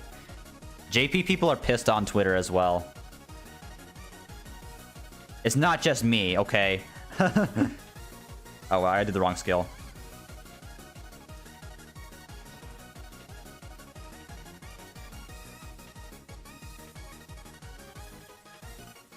Dude, there was a card so cancerous in Hearthstone early on. It was called Undertaker, and it was so cancerous. Like, but Blizzard did nothing to update this card for like 6 months, and so the meta was just cancer. It was just literally this one card that was. And if you pulled this one card early on and the first turn, it was over. It was pretty much the end of the game. Like it was infamously known as Undertaker Hunter, Death Rattle Hunter, and it was very, very cancer. Like literally the whole deck relied around one card. And the sad thing was, it was really, really good if you got that one card off. If you got like double Undertaker and you had a lot of Death Rattles in your hand, the game was pretty much over because these cards would just scale way too fast. Because Hunter had so many Death Rattle minions. It was crazy. Kanki stream Daka Sodao. What?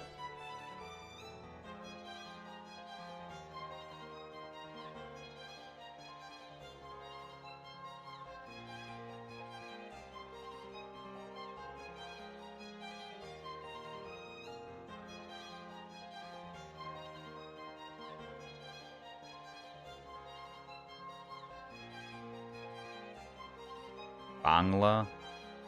Ank stream call soda. Bangla.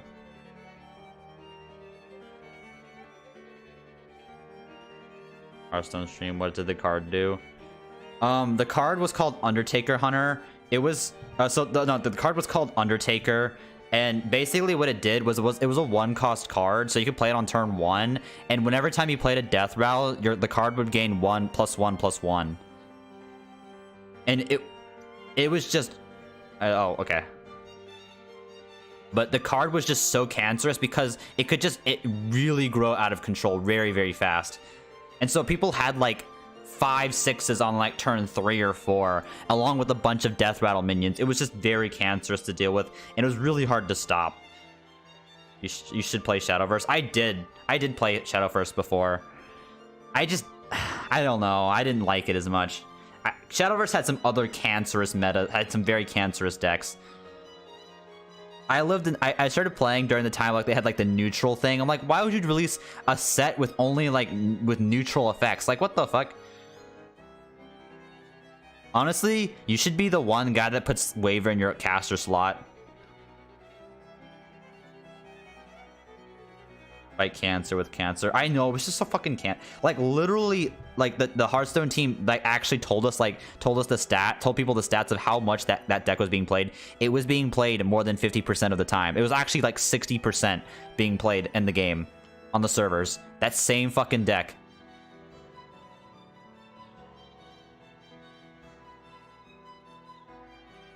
Like Hearthstone, like that game, the game could pretty much, unless you had like a good counter and that turn, if you didn't have a counter, you were fucked. That Undertaker would just grow too large that you just couldn't do anything about it.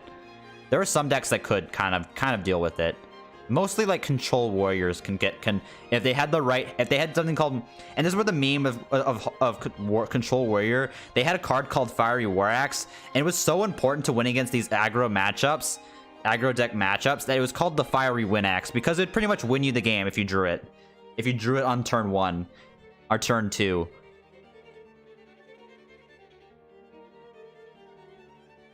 That was like your only way of countering the control warrior. But control warrior was such a cancerous deck. Your Scotty GSSR. I didn't roll Scotty GSSR. I let Tom do it. He got NP5 Scotty. What's up, certain man? Hey guys, you guys are liking. Do you guys like the event we're having right now? Such a great banner, dude. Everyone should like roll a pack on it. It's such a great banner, and it should save to this one banner. Got Scotty. I'm happy, man. Why are people getting lucky with Scotty? I wanted more salt.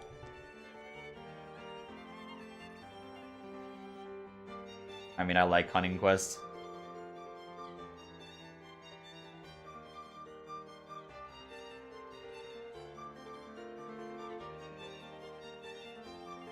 He should post on his YouTube. Should I link here? Wait, what do you mean?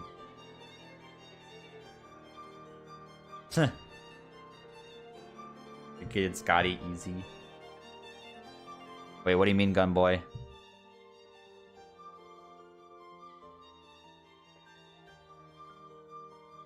No move for me. Wait, you went for wait, which banner did you roll? Did you roll the GSSR Saber for a 4-star unit? What?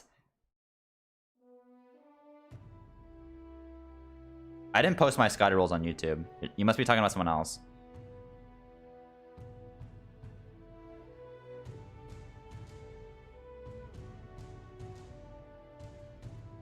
Come on, Sawano.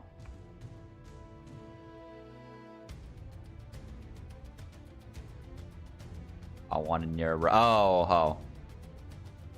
Why the fuck would you roll on the fucking? Oh my god. Yeah. I'm not. I'm talking about Tom. Oh yeah. I know he did. I know he did.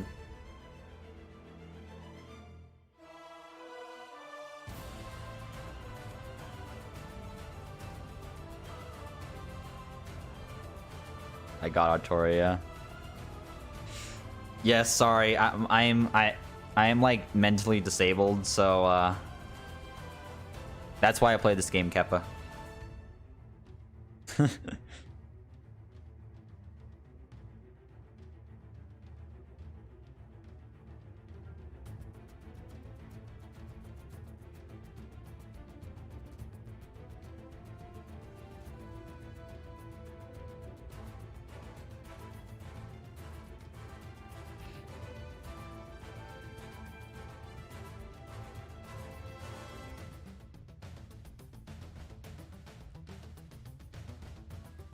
Oh yeah, I'm just doing the endless stake grind. 600 stakes, I guess.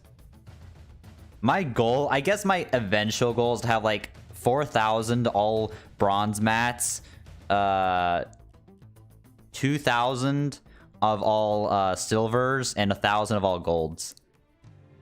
That's gonna take like forever. But at this rate, honestly, if they release no new servants, it could honestly happen. Oh yeah. Don't anyone farming the hunting quest, dude? I wouldn't farm that fucking shit right now. First of all, it's a bitch to farm. Second of all, it's not even that good compared to the fucking the regular quest. And it costs 40 AP.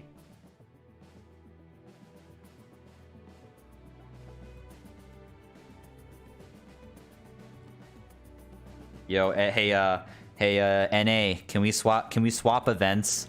You can have our hunting quest. I'll take your half AP QP farm, Kippa. Give me your half AP doors. I'll swap it for my hunting quest.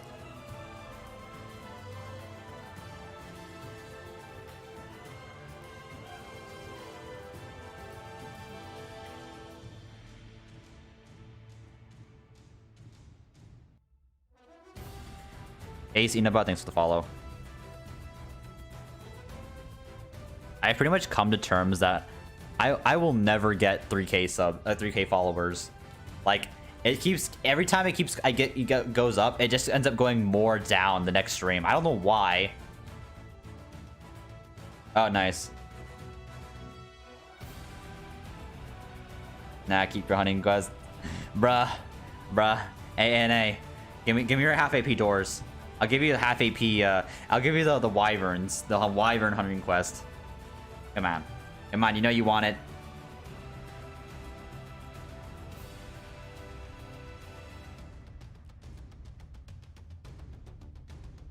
Sure, give me wyverns. So painful.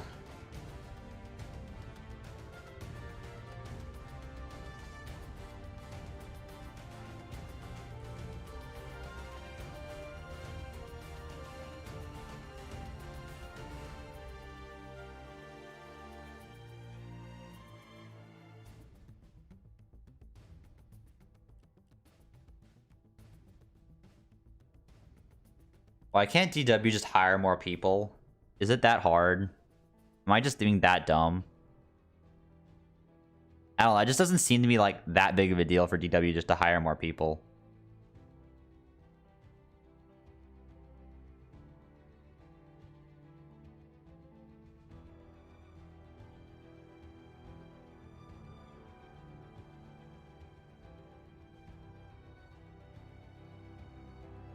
I'll go follow your Twitch then. Nah, it's cool, dude. Don't worry about it. I'm so close to 3K followers on Twitch, and I just keep going down. I'm just so sad. Every day I'm like, okay, guys, we're seven followers away, and then I end the stream, and then I'm like, and then my followers drop by like 11 the next day. I'm like, wait, what the fuck?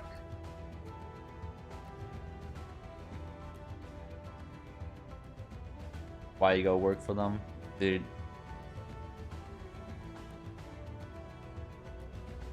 These clowns. Bum Nugget. Thanks for the follow. Like, seriously. I feel like DW, I don't, like, you know, the employee, I'm not blaming the employee. I'm blaming the fucking management. This fucking DW right now is being run by a bunch of clowns. Like, this, DW is literally a circus led by a bunch of clowns. Like, seriously.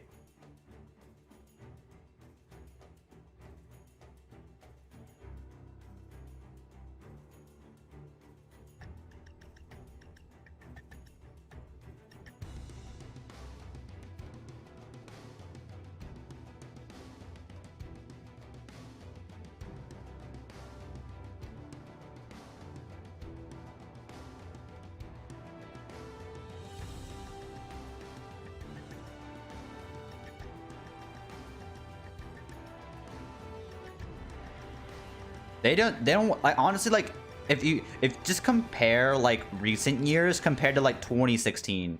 Why was 2016 such a good year for FGO? Because they had a bunch of shit that was worth it. A bunch of events, a bunch of new characters. Like, they obviously the animations weren't the best, but like, you know, there was still a shit ton of content in 1 year. That's how it should be. Remember when FGO had 3 collabs in 1 year, and now we we're lucky to get 1?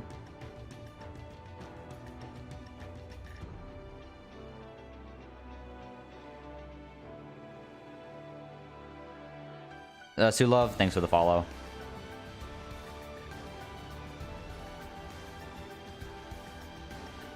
Like, 2016, we had the Prisma, Ilya collab, we had the Kara no Kyokai collab, we had the Fate Zero collab.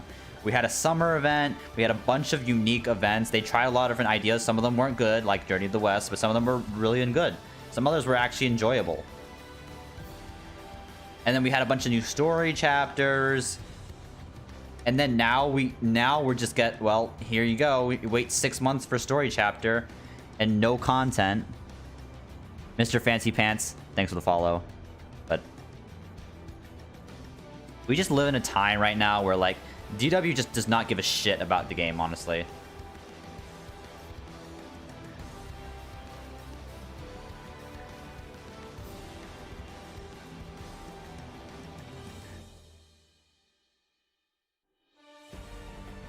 Like, I start to feel like, I'm not saying this is the end of FGO by any means. I'm just saying, like, DW needs to step it up, okay? Like, I don't understand. If what you have takes a lot of time, then hire more people. You make billions of dollars. I'm sure you're more than capable of hiring more people on to work on the game. I'm sure there are a lot of people in Japan that are willing to that are willing to, you know, play the game, is that they're willing to help develop the game.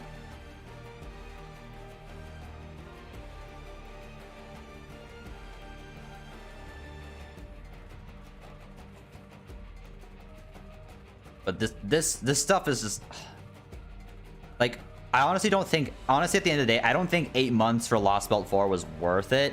Like, it was a great chapter, don't get me wrong, but 8 months? Seriously?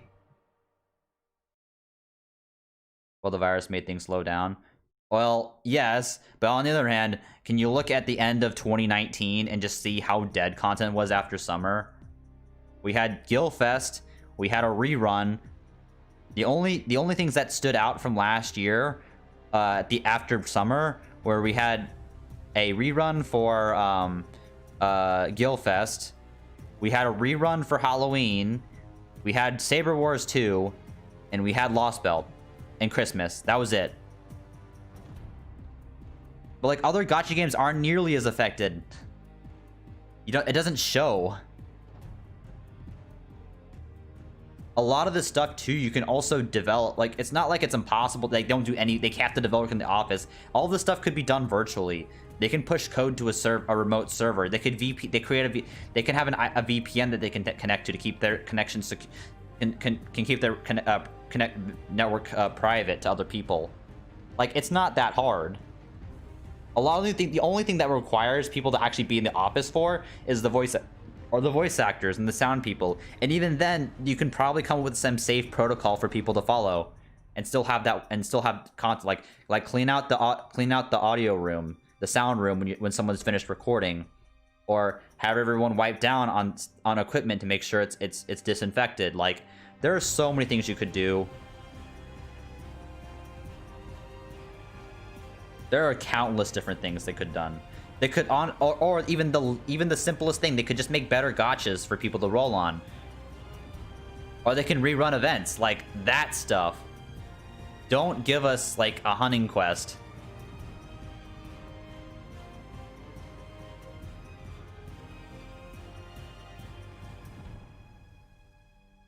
Yeah, GW was just taking a bunch of ideas, and just a lot of it was reruns. A lot. Like, we didn't have, I think the first original event, okay, wait, we had Enma, and that was a terrible event. And then we had a bunch of reruns, and then we had the next original event was Valentine's, because it's and then Chaldea Boys. But there were no units. There's no units on a new unit on Chaldea Boys, and Valentine's had one new unit. And granted, they did a lot of voice acting work, but that's not everything.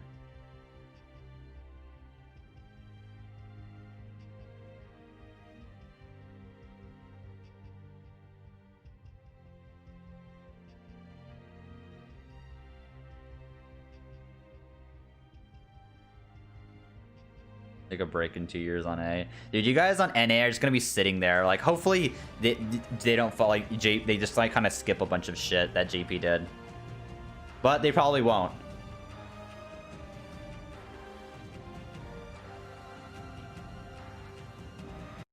Unfortunately. Same with 2 years later. Hopefully it won't be exactly like it, but you might have something similar. The JP experience, dude. You guys gotta have that reinvigorated JP experience, right? Actually, no, I meant last year. Last year was Moriarty.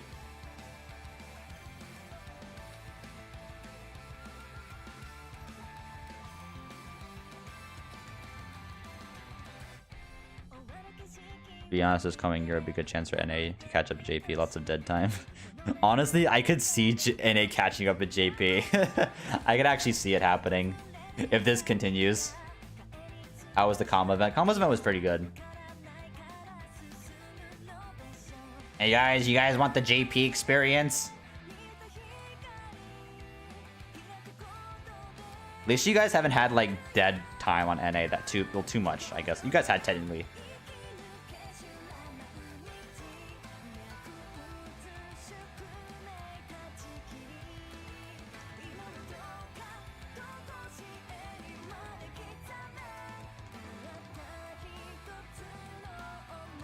I've seen the title. What happened? DW of Delos, don't complain, Kappa. They knew! They knew! That's why they gave the free SSR. They're like, fuck.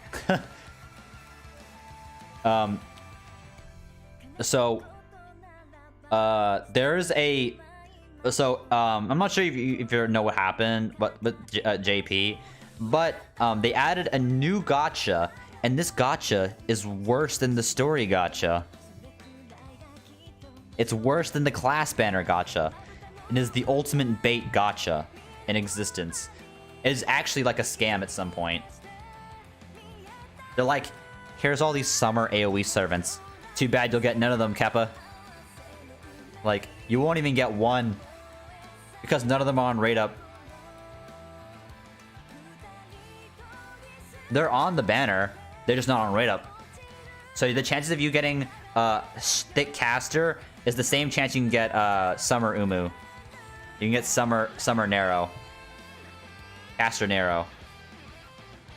They better have something worth it. I'm just saying, dude. Will the banner rotate? Nope. It will never rotate. There are no servants on rate up. The only thing on rate up are the CEs.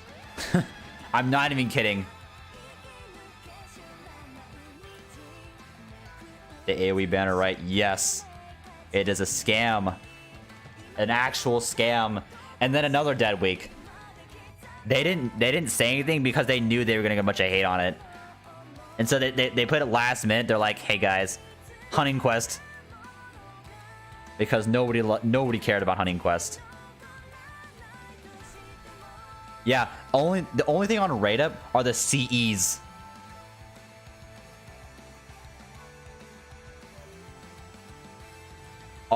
So your chance of getting Summer John or any 5-star Summer unit is 0.055%, or roughly one in every 2,000 pulls.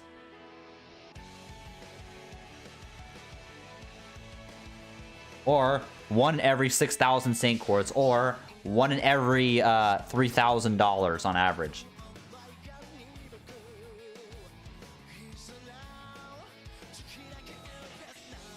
One.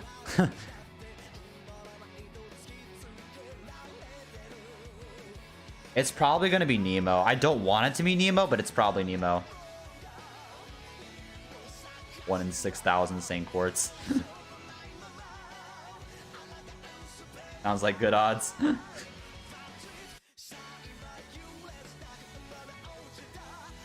That's $3K. What the fuck? Yes, if you want one specific SSR summer servant, it will cost you about, on average, $3,000.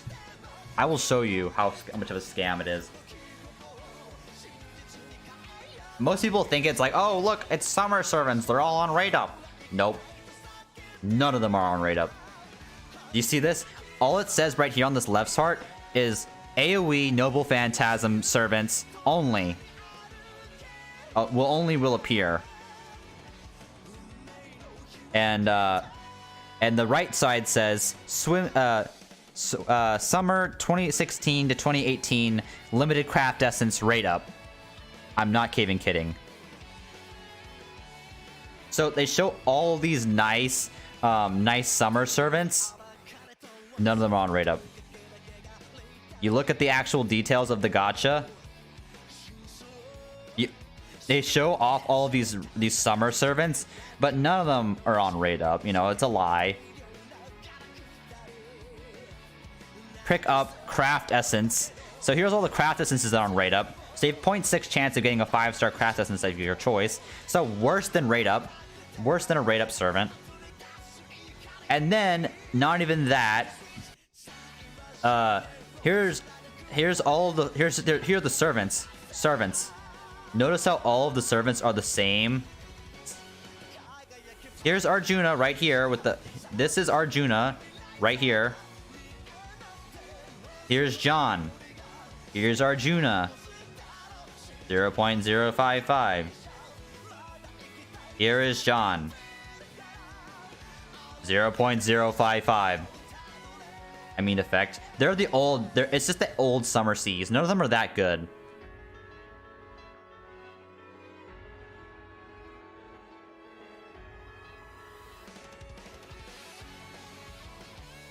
So it's very for people, for gaijins, it could be very misleading if you don't look at it. So just don't fall for it. Be smart. 0.055.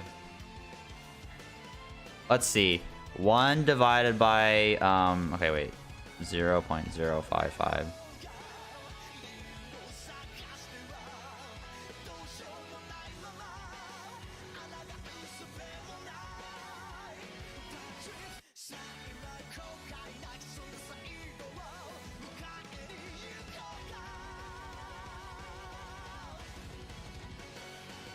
Okay, it's not that bad. Okay, it's not that bad. It's about 1 in every 1,800 summons, and that will cost people around $54,000 or approximately $27,000. So I was wrong. It'll cost, and not, it won't cost you 3,000. It will cost you 2,700. It will cost you $27,000 for one SSR of your choice. It's a bargain, dude. You guys saved $300. Look at that.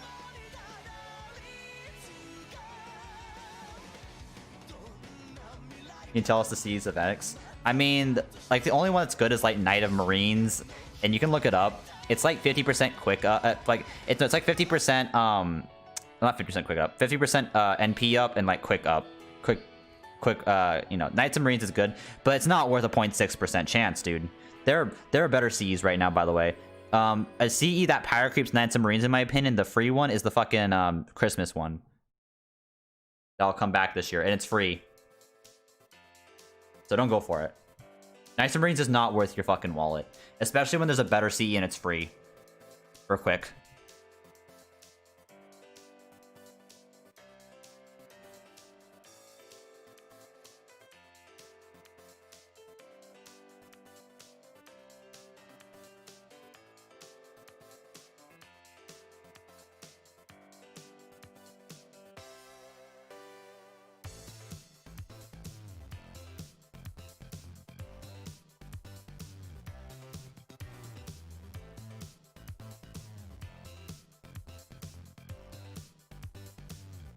But yeah, we'll be doing some Lostbelt 3 story time reading later tonight. So we're probably gonna play only one chapter. We're gonna finish the prologue. So I kind of give the cliff notes, but I probably will do another cliff notes reading right of explaining what happened the first 3 prologue chapters right before I start the 4th one.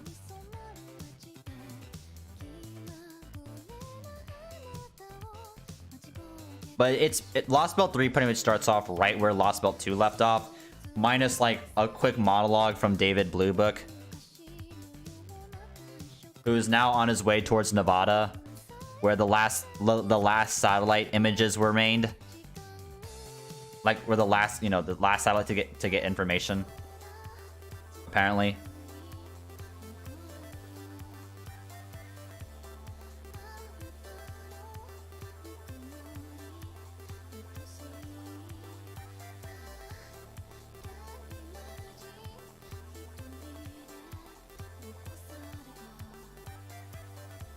But after we finish Lostbelt 3 reading, we'll probably move on to Ooku reading, and then follow that up with Lostbelt 4, and then Lostbelt Olympus. Atlantis and Olympus.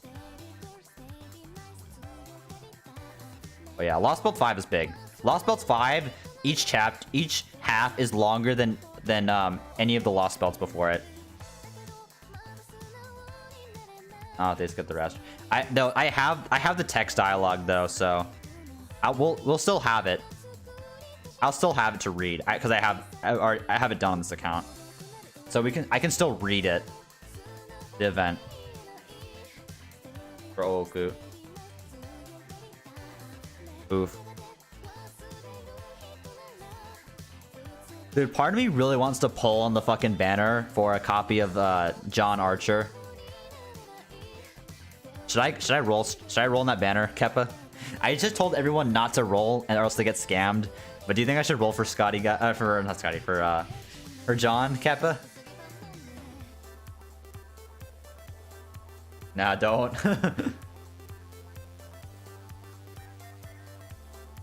Go for it. It's a good idea. I guarantee it. Scam banner rolls. Scam.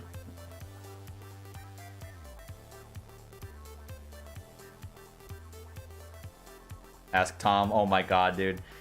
Dude, Tom didn't do it. I'm pretty sure he didn't do it. He's not. He's that smart. He's.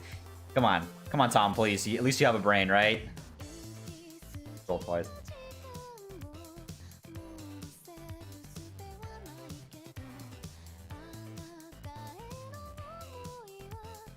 Dude, I don't even have my like I said, my new credit card hasn't even come in yet.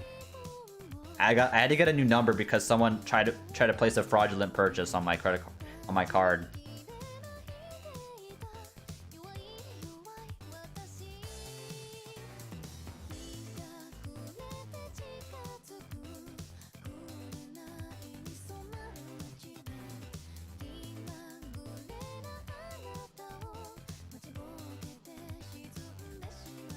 Imagine if I rolled a multi and I got John Archer.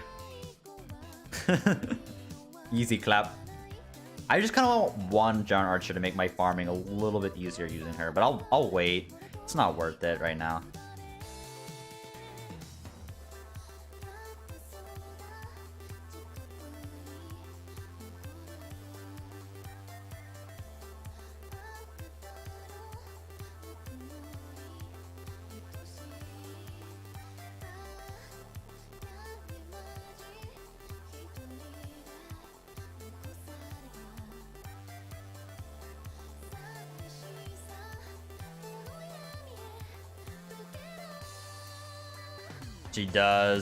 She does, dude.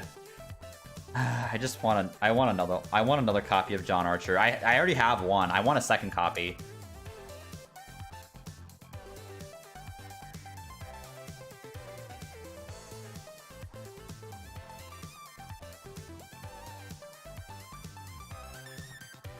Not even dude. If you was in the banner, I probably would have actually thought about it. But no roll. Where's my U banner, man? Where's my U buff? DW, please. Give you buff. What's wrong with you?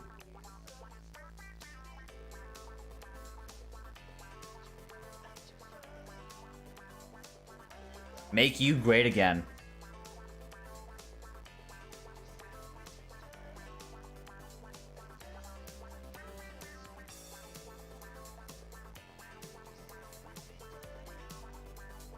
She gets buffed, she may get level then. Dude, I swear to god, if she doesn't get a buff for again, okay. But dude, I swear to god, if he doesn't get like some sort of buff or summer outfit, I'm gonna fucking grail Steno. I'm grailing Steno then. I lost my faith.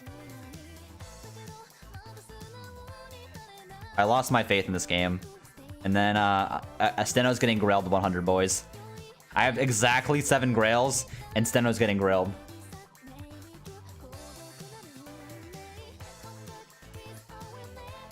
You might as well grail Steno now. Fuck.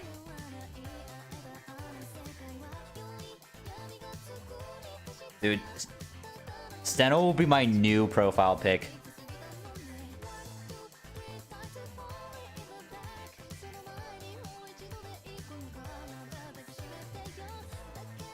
Steno, you mean Julia Rush?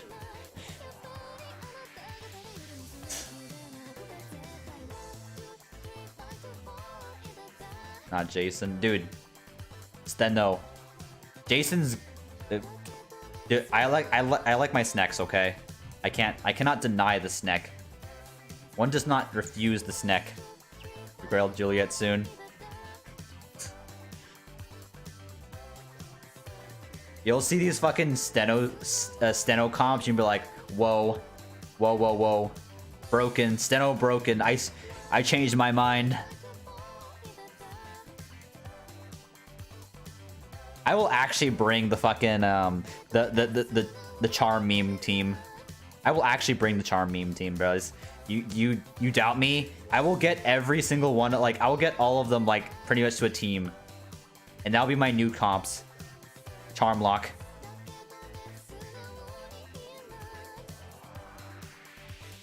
Damn, I wish like Call of Duty Boys I can replay that challenge quest with Odysseus, and I could just charm lock.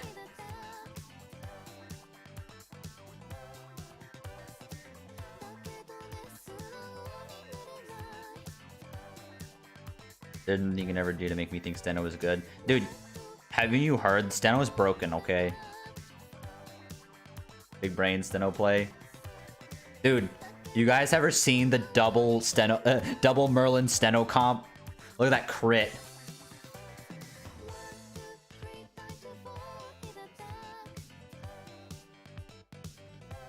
You guys meme on Steno now, but when she hits that Merlin crit with the double dick creation, you'll see. Imagine if Steno had like an insta kill on Gadia and killed him. I wish.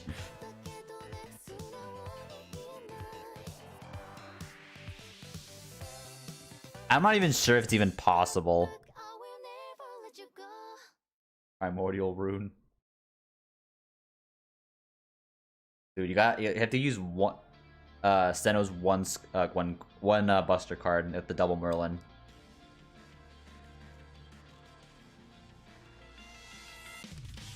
I'm sure that there is a chance. Oh fuck, I fucked it up. Fuck, goddammit. But the chance is so bad that it's just not even worth it. This is Arcadia.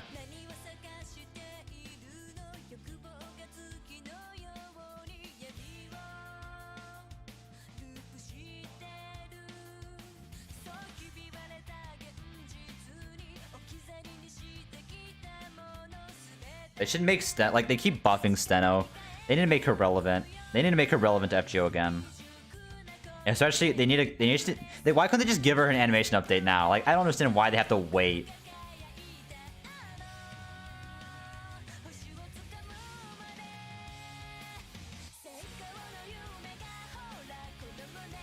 All right, interesting question, but I just want to ask chat, what was your first SSR? Mine was Waver. My very first SSR. I guess it could be on a reroll as well. Like MHX, Jez. Oh, oof. Bride. Tamamo. Semi. What's up, Zeno? Drake, Kintoki. Okay, these are very different ones. Raiko. Ah, okay. Altera. Oof. Ishtar. Dude, you guys have some good fucking first ones. How's your farm doing? I'm doing good, man. Okay, this was my start on my NA originally. No reroll. No, this was my first ever account in the game. After my tutorial role, I got Emiya on my tutorial role, and then after Emiya, I rolled the story gacha. I rolled once. I got Waver. I'm like, who the fuck is this guy? He's a fucking like middle-aged dude, and like, what the fuck? I want Artoria. Who the fuck is this old man? And ironically, I was about to quit this game because I got this guy and not Artoria. I didn't get a waifu. And then I'm like, fuck it, I'll keep it, I guess. And then after that, I did another roll on Gilgamesh's banner. This was like Gilgamesh's first banner, by the way, on NA. And I rolled once. I got Gilgamesh and I got Berserker Lancelot in that one multi. That was literally like the second non-tutorial summon, and the first one was Waver. And then I ticketed Heracles. I probably could have sold that account for like $100 or like for like $50 on eBay. I probably could have sold it. That reroll.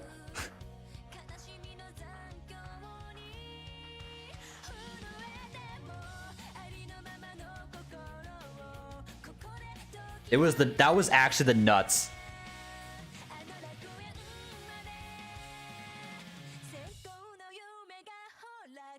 And then like everyone like keeps talking about Waver. I'm like, who's Waver? And then like, oh, it's Zhuge Liang, Elmoloy II. Everyone just calls him Waver because of his third ascension, but most people probably don't know of his actual form, his adult form that you first get. And you're like, who the fuck is this guy?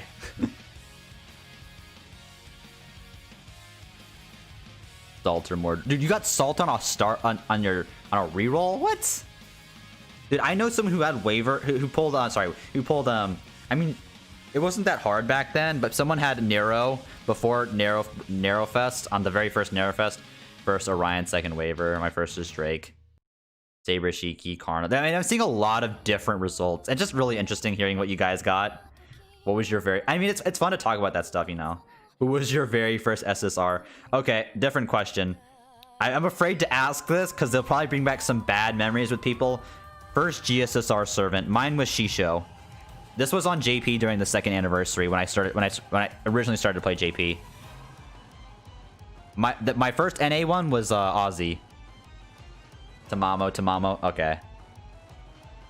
Altera. Oof. Iskandar. Waver. Lartoria. Okay. My first 5-star was NP1 Scotty. After that, my GSSRs are shit. I agree. Dude, I never get lucky on GSSR. My GSSR was Da Vinci. Oof. Waver was my first 5-star. Oh my god. Dude, Dude, I'm never lucky and just... Have you guys ever seen GNA reviews his fucking GSSRs? He always gets the nuts. He always gets it. What the fuck? Like, he got fucking Shisho, like, his last NA one, I think, was Shisho and Merlin. He both of them in one roll. And then with the JP one, he wanted exactly Arjuna Alter, and of course he gets exactly Arjuna Alter. It's actually... It's not fair, dude. It's not fair. GNA is stupid luck. But I'm hoping to get... I'm probably gonna end up rolling extra. I'm hoping to either to get a copy of Shihong D, or I'm hoping to get a copy of KP, because I don't have KP on my account, on this account. I don't have KP, I don't have Da Vinci Rider, and I don't have what's the Shikibu. Those are the 3 servants I'm missing on this account. Otherwise, it's everything. I have everything else. Not MP5, but I don't really care about MP5 on some of these old servants. But I probably will MP5 Lartoria. That is much for certain, because she's actually good. But stuff like fucking you know, NP5 like Lee, nah. Is that motherfucking Shahrazad? Yes. Are you not amused? Actually, Shahrazad was actually useful when you're farming like the skeletons, because there's a skeleton king and that has a king trait. So it can be useful sometimes.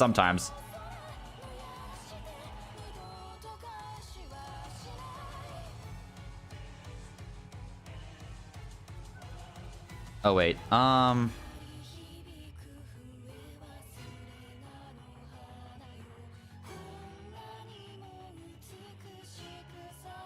Alright. This is the Fate Strange fake opening, by the way, Keppa.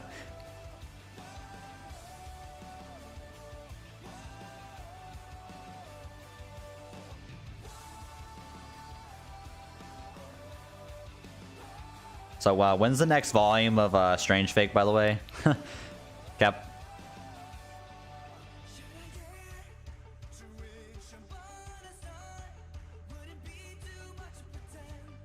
Also, Ripperoni Jack the Ripper and Ripperoni Flat, I think.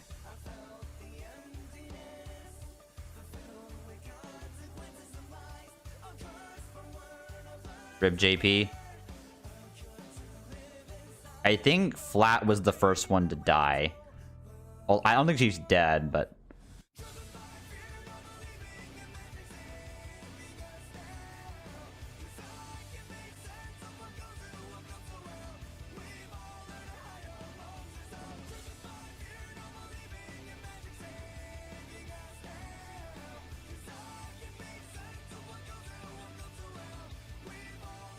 That JP banner is hilarious.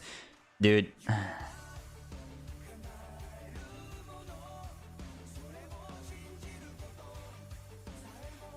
Also, by the way, now it kind of makes sense about Sir Eris, by the way. Like, if you guys, most of you guys probably don't even read Requiem, but apparently, like, her mother was Izanami, like a goddess of death in Japanese folklore, and so that's why her NP kind of looks like that.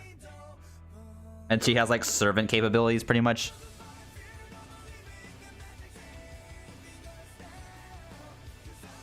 I don't know how servants can get pregnant, but that's beyond me.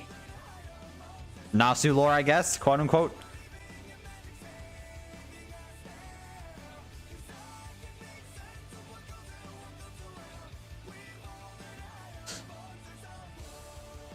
How the fuck does a heroic spirit have a child and get pregnant is beyond me. A spirit, how the fuck does a spirit have a child? I think David. Oof. Dude, who the fuck thought craft essence gacha was fun? Come on. If you're gonna do a craft essence gacha, you gotta put K-scope on there. That's how you get the money. That's how that's the only like craft essence gacha that people would probably seriously go for. Kyo intensifies.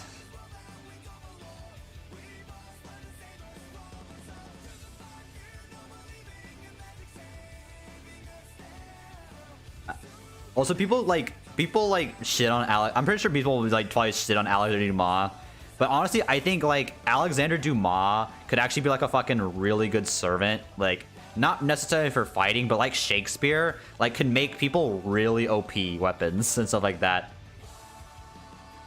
Because I think like one of his abilities was like he had the ability to like take any sort of weapon and like make it like ridiculously powerful.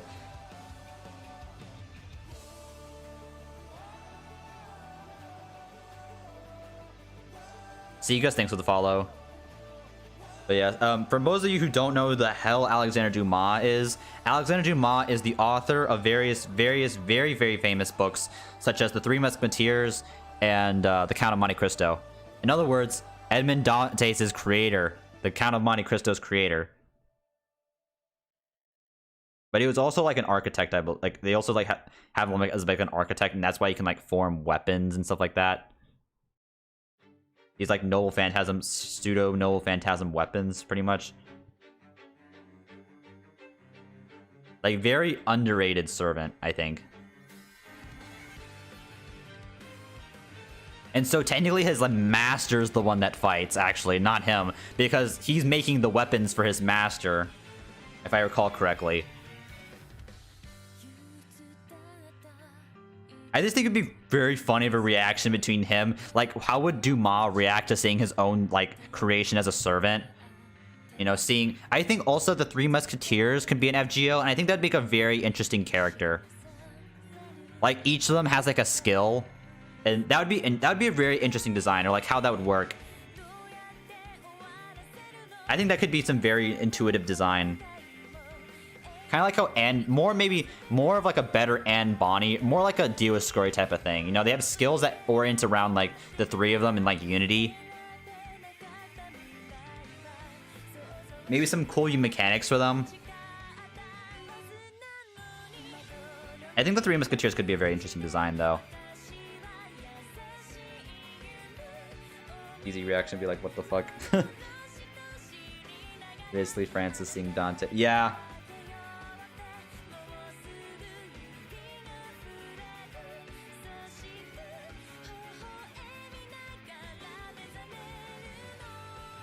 Like, I think there could be some very interesting, cool designs. Three Musketeers would be like the Valkyries. I hope not. Because, like, the Valkyries are not really designed around unity. Like, the Three Musketeers is all, like, one for all. Like, you know, they all come together for teamwork. And it's so stupid if they just, like, put one of them on and throw the others aside. It should be more like the Dioscuri, if anything else.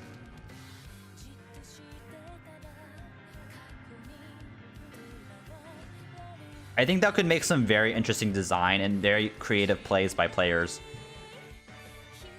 And make him a 5-star or whatever.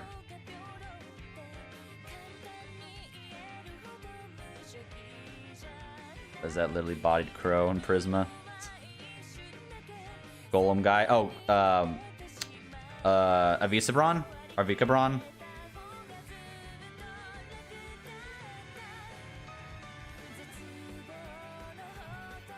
But I mean, there's other servants. I just want more from Strange Fake. There's just not enough content. Pale Rider, and like a bunch of other things. But the stupidest idea of ever servant was fucking Voyager. God.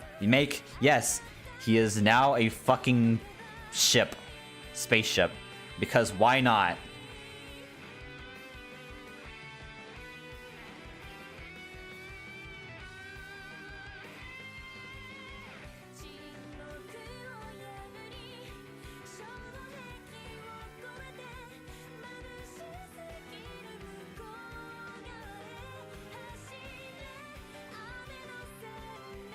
Oh yeah, and Prolati. Also, that Hassan... Come on. Give us that Hassan character in FGO. We need more waifu Hassans. No, not fucking 100 face.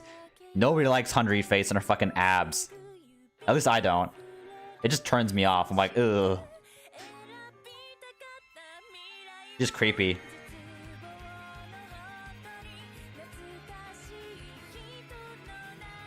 I don't think that Hassan really has a name. It's like it's basically Hassan Isaba. I think that's like that, which is like a generic Hassan name.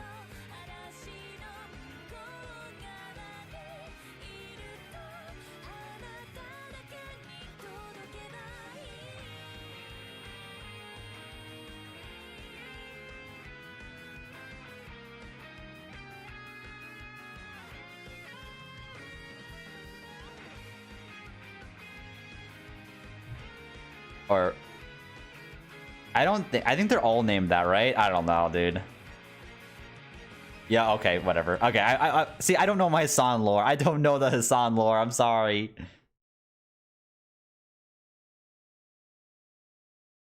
God damn it.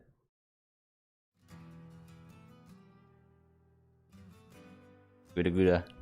Hey guys, it's the event that we could have had now. Keppa.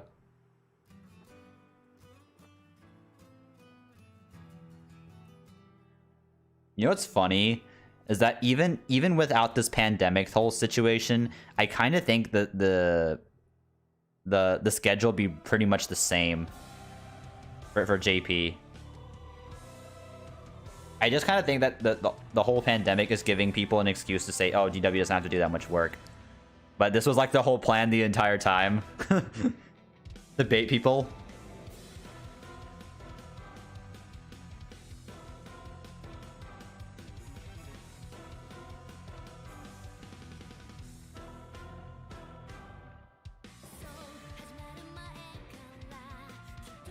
I mean, Orion is actually. I mean, I don't like Orion is. I think Orion deserved to be the Grand Archer.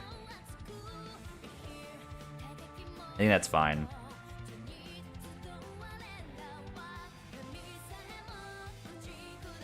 Now, what would make me salty is fucking Marler Harlot as the Grand Rider. What the fuck?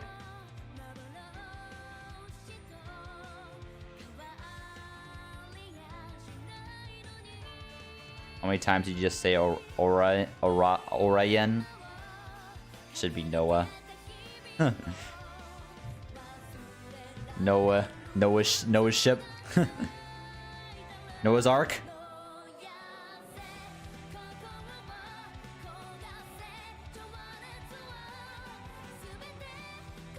Jesus. Dude, Jesus should be like should have a 3 times guts. I'm just saying. And call it Easter.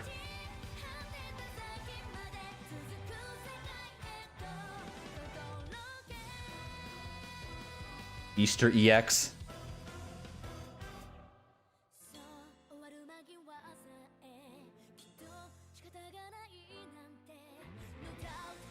Okay, no matter what series that Gilgamesh is in, no, she'll always have her heart stolen by him. You'll always have her heart stolen by Gilgamesh, Keppa.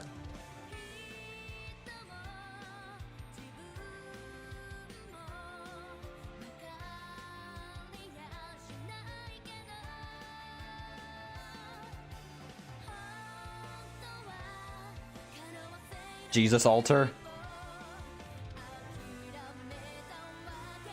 Feels bound. Strange vacant somehow.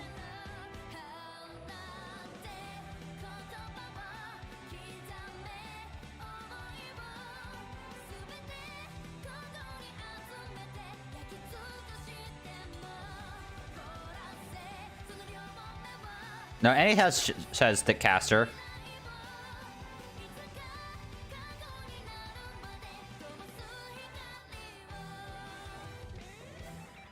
Dude, chess has been out for like a year.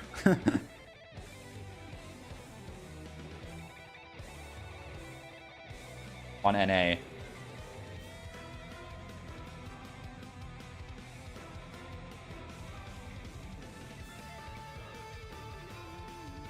Thick caster. Hey, I like thick cast, okay?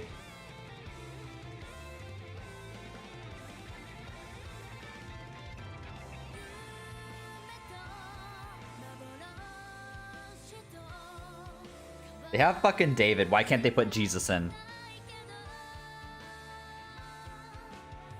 There should be a servant called Goliath. And David versus Goliath. Let's go. If we didn't get Surtur, we can at least have Goliath.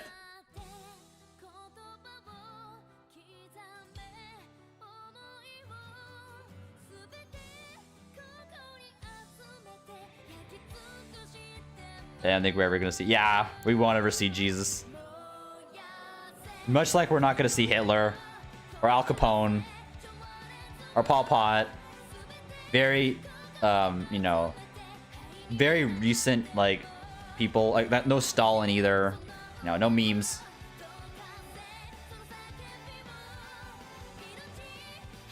Also, when will DW fix the low star units? Hero Mao. Oh, dude, Mao Zedong. Oof. If FGO wants to keep being in China, they will not make a Mao Zedong servant. I'll just say that. And you know, DW, Aniplex, and Sony will suck their dick to China because every company sucks their dick for China. They all deep throat China.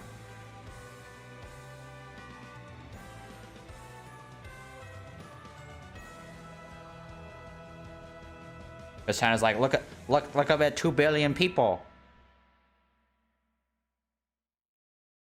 We give you the money. That's sort of bullshit. Bow to the cop, not the whole China. GCP, not the whole of China. Yeah, so you gotta bow to you gotta suck Xi Jinping's dick to have your game in China. Or you get close to some Chinese company, which is what they do. Which is what FGO does for China. They just partner up with Billy over there. And China, you even have to pair up your citizen ID to your fucking FGO account. I'm not even kidding about this. Imagine an NA, you had to get your driver's license, like social security card, and you had to match it to your FGO account. What's up, EA? Like, this is how stupid it is.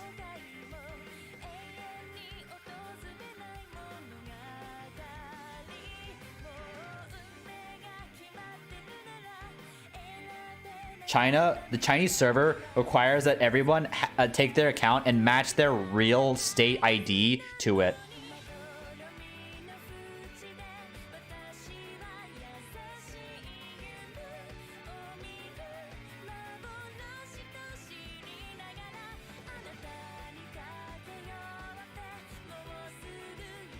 It's bad, but also that China is the only server that has a Jack with pants, and Abby with pants. So is it really the bad server, Kappa? Boudica. Yep. Fix Boudica's outfit.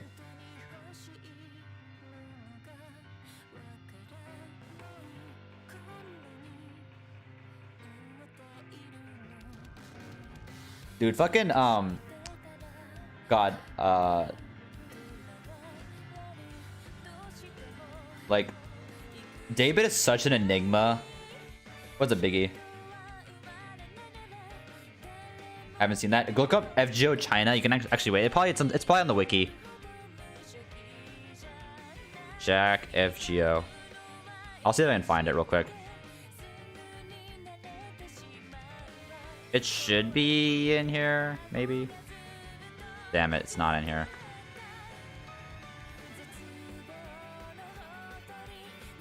FGO, Jack, China.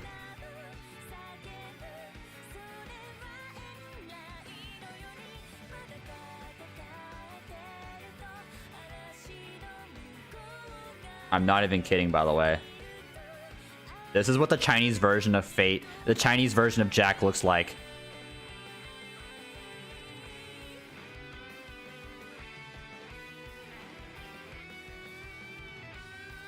So.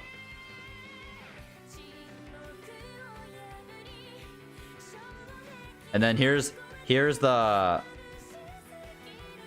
Abigail with a dress, like a whole dress.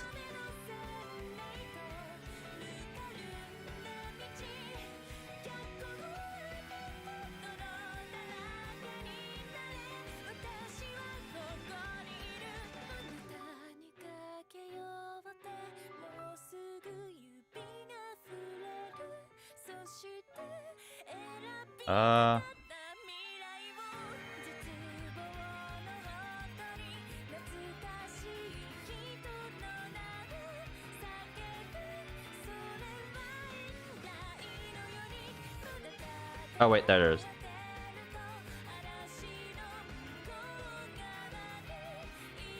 They changed Gorgon.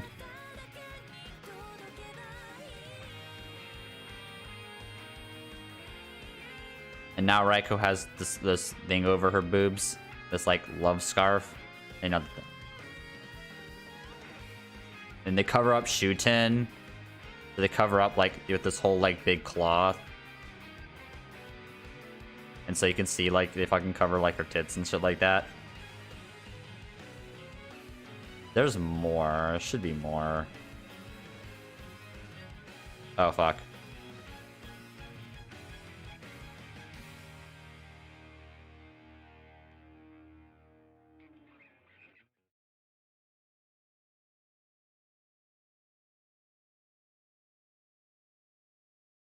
Oh yeah, they fucking censored the cards. They was originally like that.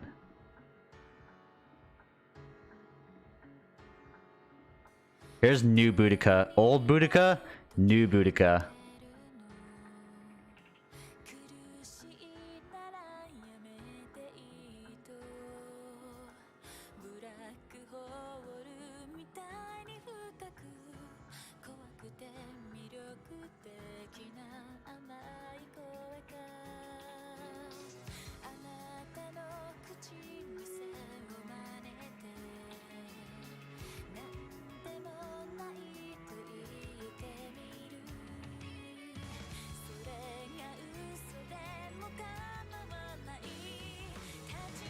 I don't know, I can't find the other ones.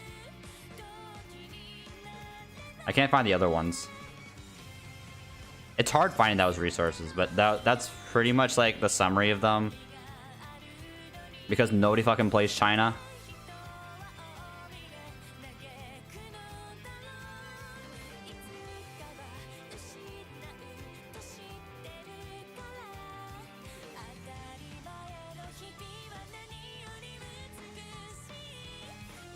Come on, Joe. Give me waifu gotcha.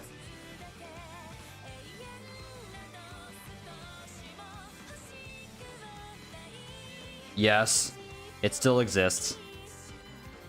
You know the funny thing is that there's the FGO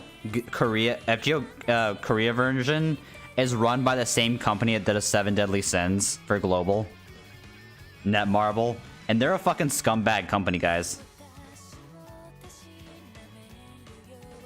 They're gonna drive F7 Deadly Sins to the ground, dude. I feel it.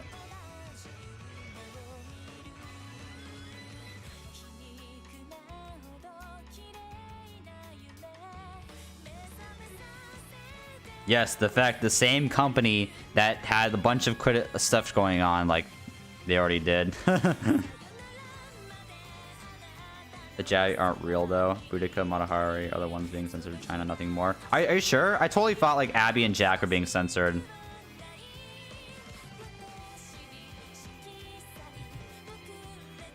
I don't know.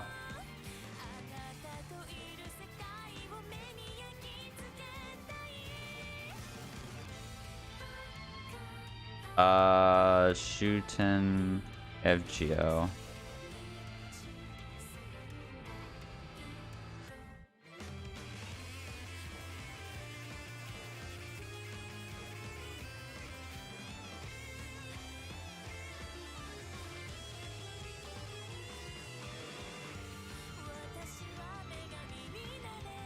I can't find it on the wiki.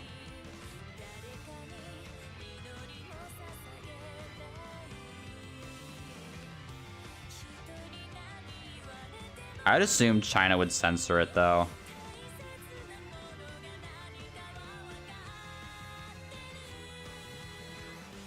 Can you post links, sir? Yeah, you can post links. I don't really care. As long as you don't post like fucking hentai or porn.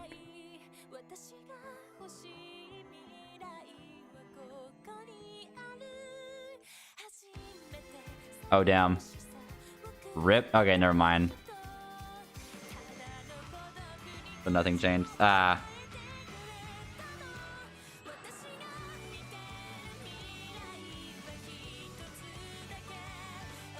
Oof. What the fuck? So they censor the big-breasted One-san or the mamas and the sisters, but they fucking keep the lollies. What? What? What's a B mark? I'm just grinding steaks. What the fuck? What the fuck, China, is wrong with you? China, what the fuck is wrong with you? You fucking you censor the fuck out of the big-breasted One-sans and the Oka-sans, but you keep the fucking lollies, bruh. Bruh, what the fuck? I see.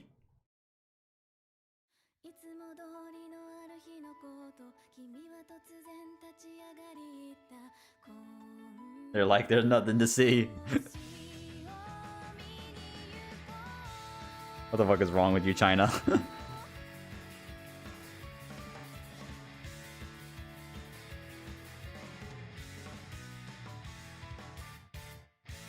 China's a weird place. It's messed up.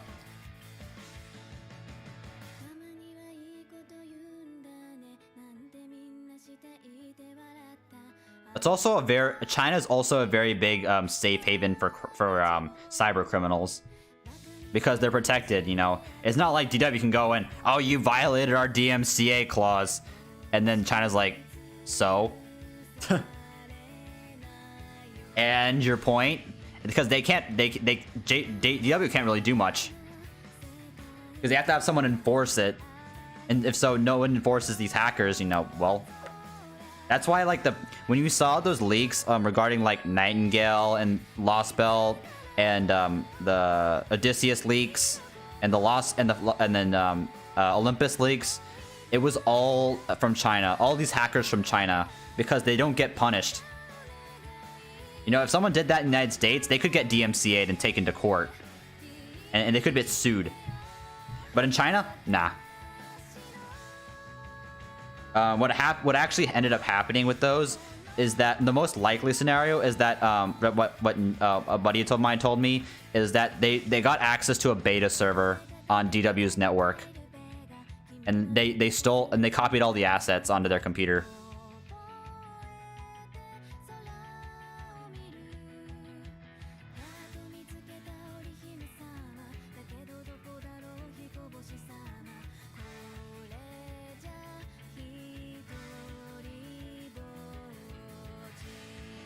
Law means shit when it ain't punished. Yeah, it doesn't matter.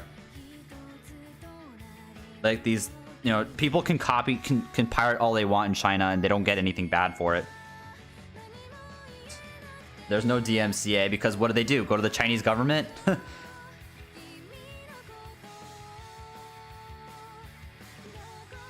The only time a Western company won in a copyright claim against some Chinese company was when Blizzard it was literally blatant, and Blizzard was partnered with another Chinese company at the time, and so that allowed them to be able to sue the other Chinese company and take him to court. But China, you know, fucking China, they always like to copy shit. Knock off shit, everything. Ugh. I think a certain CC said that DW updated their security, no more links with the... That's what happens when you get, like, you know, unqualified people to tell it to give you advice. I'll be honest, Kita-shan has no idea what he's talking about in security because he has no work, he has no experience nor any like doing anything himself, like working in industry or doing anything himself. He's not even a coder. So I don't know why he decided to say that.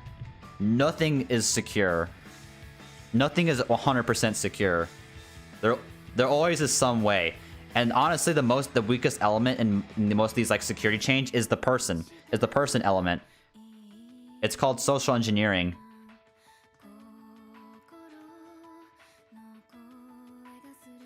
I'm sure most people have heard the term before, but pretty much like they quote unquote hack you by talking with like your cell phone provider and getting access to your SIM and hacking into your account that way. Or like stupid things like you use the same password on every single website, and so when that website's compromised, all your websites are compromised.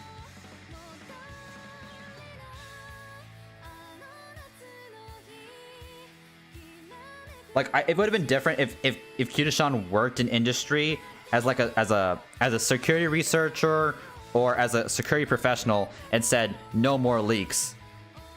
But it's totally different when he says no more leaks and he has no idea of how to code.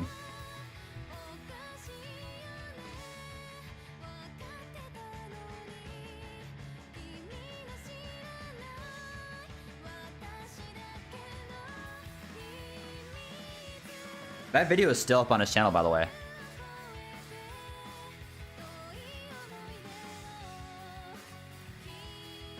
That's like, it's like me telling somebody you don't have and then doing like a fake diagnosis and then say you don't have cancer, even though he clearly is gonna get cancer in like the next month and die, like the next stage of cancer and die in the month. You know, it's the fucking same shit. When did he say that again?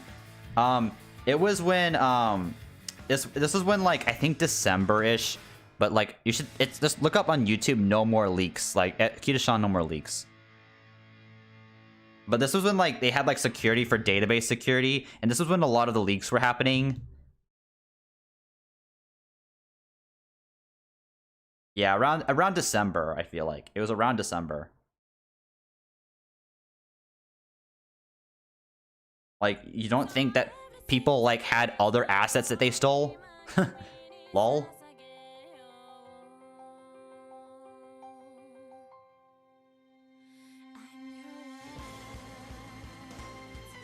Surprising, there's a few dislikes, quite a few dislikes. But most people just blindly agree with him. Or another community response. Dude, I don't even want to open that can of worms even more, but nothing is ever 100% secure. You should see how many CVEs are out there for Microsoft Windows. How many there exist, and like there are so many vulnerabilities that people have patched up over the years for Windows that they noticed. Tons, just Windows alone. But nothing's ever 100% secure. That was 6 months ago, lol. And there was another leak right before Odysseus came out.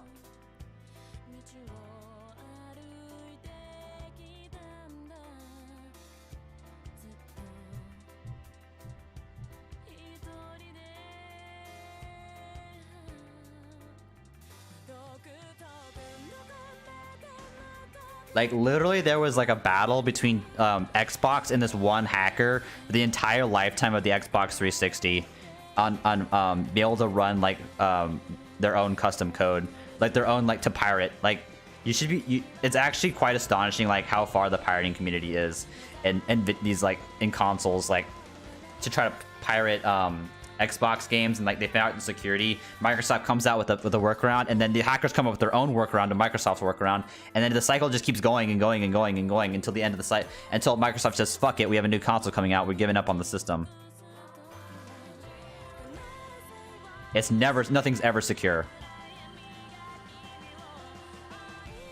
You can make things really, really hard for hackers, but it's definitely possible that they'll find their way through. It just takes a lot more thinking and time. Remember Denuvo? Dude, people can crack Denuvo.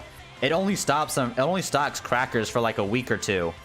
All it does is just make it a worse inconvenience for users. That's all it does. Most companies like using it though because, you know, why not? It's just a pain in the ass to crack, but it's not impossible to crack Denuvo.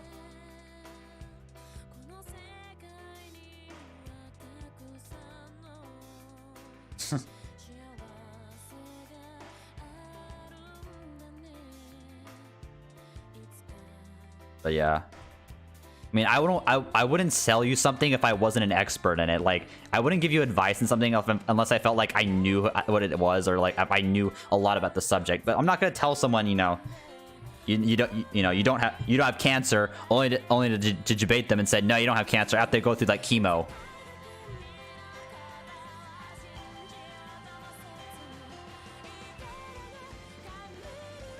Another game being cracked after like a week that had Denuvo. Yeah. All it does is just make things harder, make things more like causes problems for the consumer. All it does is cause PCs to slow down. Some like stupid bullshit running on your PC now because you know, and it doesn't do anything.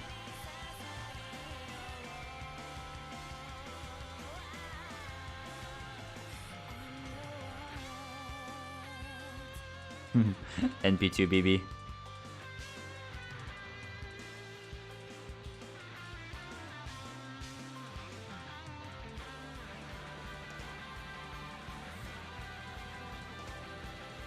Did you pull on the bait banner? Nope.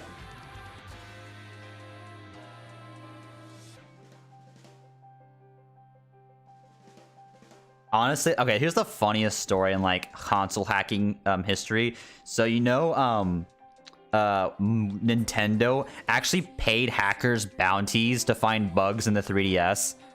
I'm not even kidding about this. So there are some hackers that actually like did end up like just finding bugs and reporting them to Nintendo for money.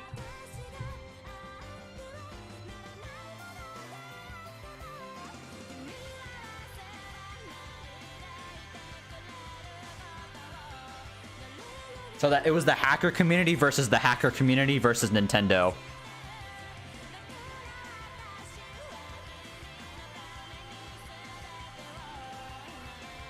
It wasn't called a Tilt Ninja, it was called Cubic Ninja B-Mark. I know this because I have a homebrew 3DS. And it was already homebrewed when I bought it, so. But I know the game. Appeal to authority. But yeah, I mean. But who are you gonna trust? The guy who are you gonna end up trusting? The guy with 20,000 subscribers or the guy with 2,000 subscribers? So even though the guy with the 20,000 is lying up his teeth. Yeah, the main reason that the 3DS stuff happened was because there was a buffer overflow in a very, very terrible game that nobody cared about. This game went from selling for $5 for like less than $5 to selling $100 per copy because it was just so in demand because of this, only because this exploit existed in the game.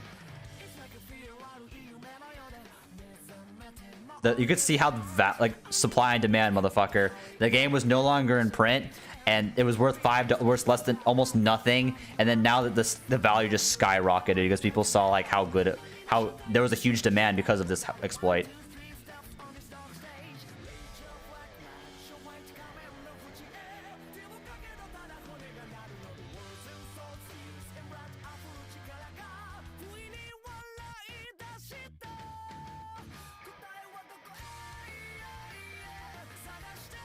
About value, last is 2 stock price. I mean, games don't have stock prices. Then The Last of Us was just one guy's weird fan fiction gone wrong. I don't acknowledge The Last of Us 2 as canon. I mean, sales. That's not stock.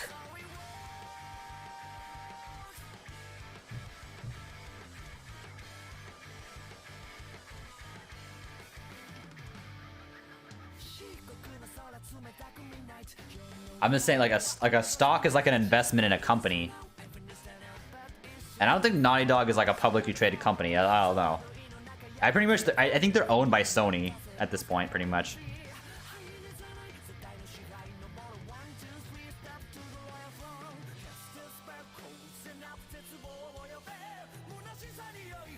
Hey, by the way, anyone want to give me Tales of Cold Steel 3 Kappa? Trails of Cold Steel? I think tomorrow's the last day of the sale. Does Last of Us only have one game? Yeah. Okay. Not to harp on people, but Lily, I'm sorry, Lily Aquina. The Last of Us 2 is not a good game. I don't know why you ended up rating the game an 8 out of 10 on story. What the fuck? Yes, let's have you play as the character that killed one of your favorite characters. Yes. Great idea. They're gonna love this character, guys. Oh, and then and they don't even get to kill this character off. Nope. Because revenge is bad.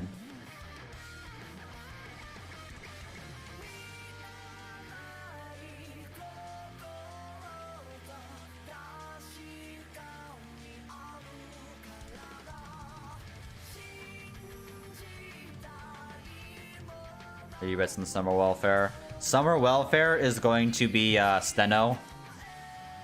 Yep.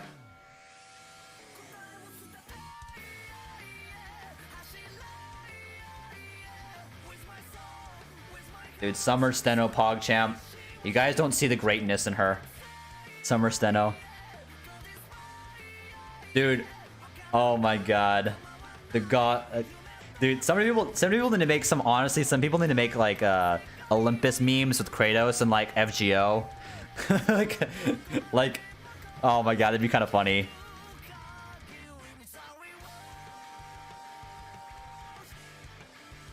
Zeus, your son has returned. Like, you have, like, Heracles. I bring forth the destruction of Olympus. Oh my god.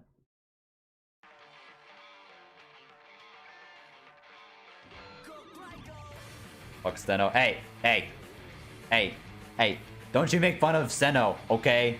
Steno is like S tier. S++ tier, okay? Steno is greater than Merlin.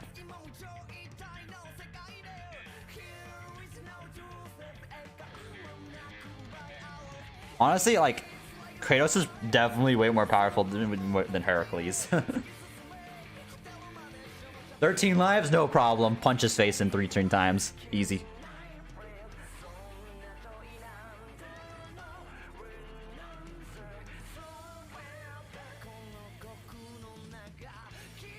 Those generic grunt number 300 in Greek myth.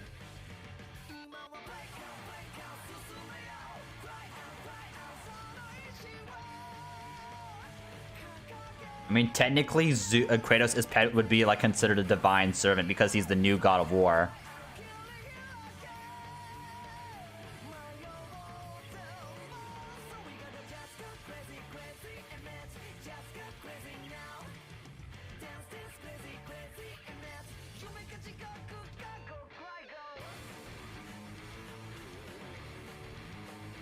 Because in the first game, Kratos killed Ares and became the new god of war at the end of the game.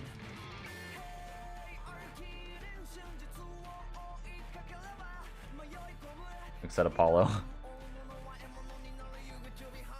Dude, fucking Helios, like, got decapitated in God of War 3. Got fucking... His head was literally ripped off by Kratos by his fucking bare hands. Imagine being beheaded by your by someone's bare hands of strength. That has to hurt, dude. That has to hurt like hell.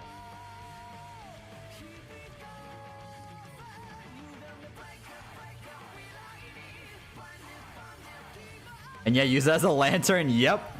You can find secrets using the head of Helios.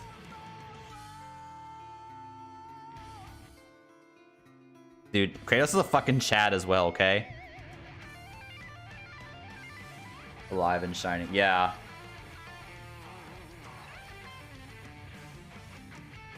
I could totally think like Kratos would side with humanity and side with Caldia against... I just think that'd be awesome. I mean, we're never gonna get it. But you know what's funny is that, like, so Kratos is God of War, Sony Santa Monica, Sony, wait, DW, Aniplex, Sony, links to Sony Santa Monica. That means they could do God of War. They could do God of War and not get sued. They could do Kratos, but they refused.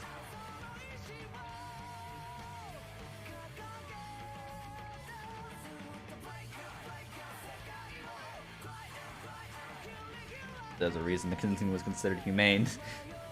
I mean, there was also the gallows. Those were fairly humane as well. They weren't as quick as the guillotine, but it was still fairly quick. It didn't take long before your neck broke. I want to see Kratos doing rampaging. I mean, Kratos didn't really care about humanity. In fact, a lot of the times he just kind of killed humans because he didn't give a shit. He didn't really. What he ended up doing, like Athena at the end of the game wanted to help humanity, but Kratos said, "Fuck humanity, my revenge is over." That was pretty much it, and he didn't really care. So he didn't actually help humanity. It just happened. It just so happened that his actions ended up helping humanity.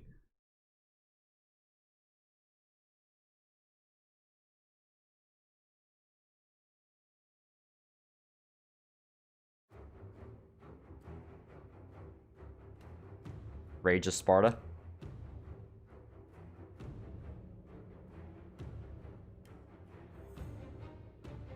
But yeah, dude, Kratos did not give a shit about humanity.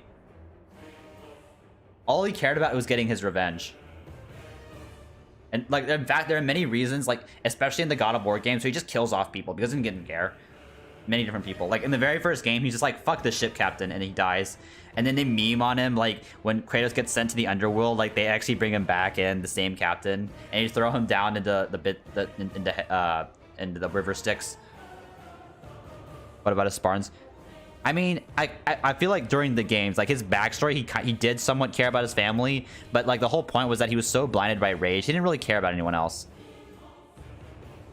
And, like, violence.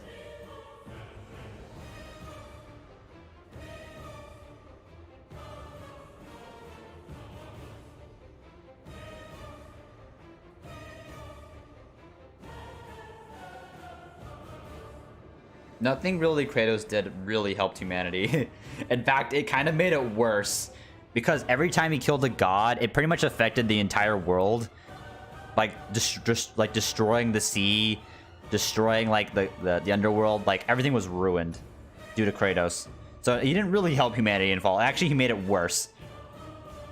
The song while smashing Kratos' head. And yeah.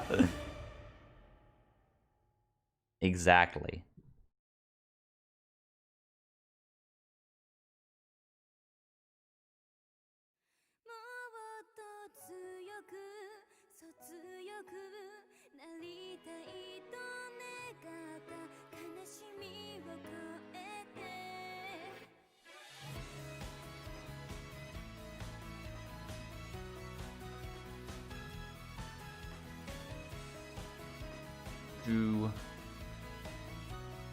Holy shit, we have 77 people. I'm just saying, Gudako could be like a good Kratos. Gudo.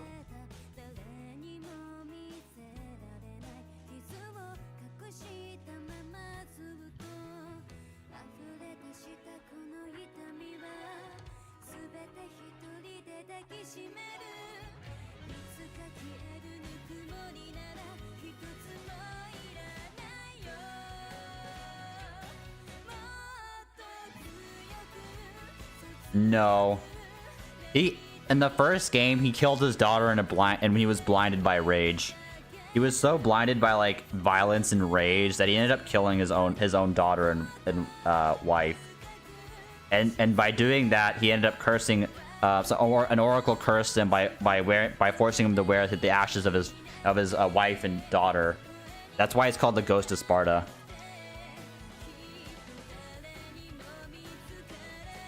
He gave up his daughter to save. What? I don't know. I forgot about this.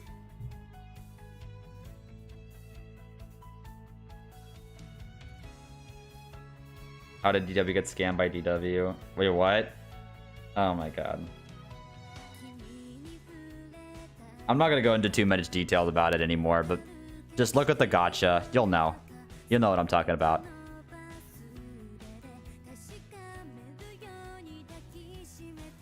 Foreign god. Oh.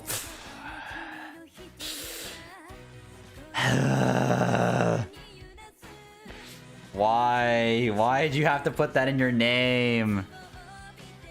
Oreo Man 97, thanks for the follow.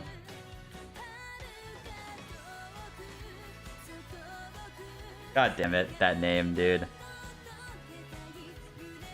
You troll.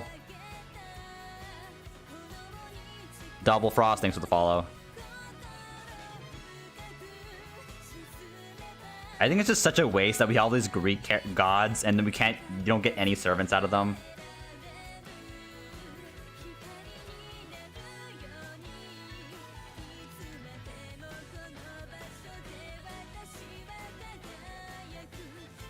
So I guess it's just me. It made me another week of me just grinding this shit, I guess. So.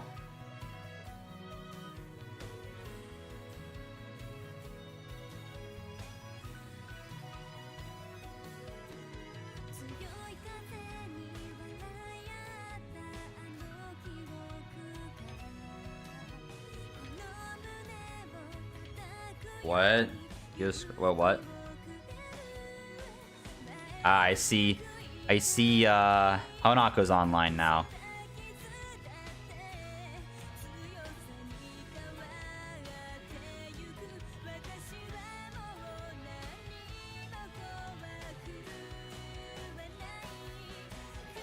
Is this NP damage? Wait, plus she has a new video.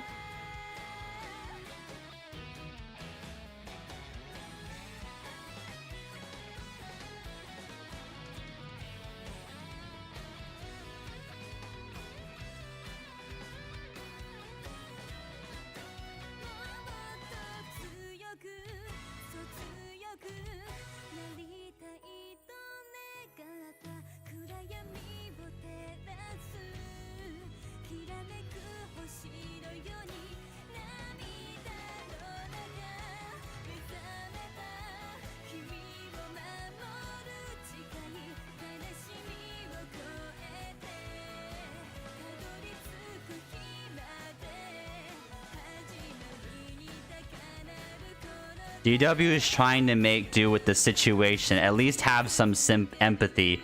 If they can't go to work, then they're unable to do their work properly. What? Is this guy stupid? Is this guy fucking stupid? And I'm not even trying to defend DW. The anger this time is just so misplaced and stupid, it's irritating. Did you not read my post, or are you dense? They can't work on events if the government is not allowing them to go to work. This is not America. This is fucking Japan. They're fucking... Lockdown ended and back in May. The pandemic is the reason why the event in August is either delayed or canceled. That's not true. That's not. They never said anything about anniversary being delayed or canceled. I'm not even a J player. This is at least common sense given this. Oh my god, this guy is so fucking stupid.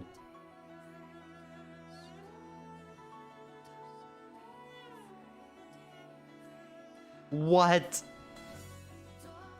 That makes no sense. So there was this video, and this is from Naya's post, and I was like, people go on these witch hunts and say FGO is dead. Good job, DW. Remember that JP is making their citizens safe, so no business are closed at the time, and that probably means all people can go to work and the saves can't avoid voice in studios. This is actually not true. The government ended its lockdown a while back, and people are free to go to work. It's these companies that decide whether or not they want to. And there's a lot of FGO that could be done remotely. The only thing that cannot be done remotely is is the voice actors. Even then, you can make it safe, very much safe, by just practicing social distancing and good hygiene. And by cleaning up shit. I fail to see how there's anything to do with putting them at. And then I said, like, no, there's no excuse for this shit. This is no... Please don't be like the two replies with love who has no sympathy or no no sympathy for people in this time. There are still COVID cases worldwide, and circumstances may not be the best for the devs in this unprecedented time of disease. No one wanted Summer Annie to be late, but there is a global pandemic. The least we can do is extend some patience and understand. This is so fucking stupid because not only that they don't even mention Summer and Annie being delayed at all. This has nothing to do with that. In fact, there are many other things they could have done instead. There is no excuse why they did nothing.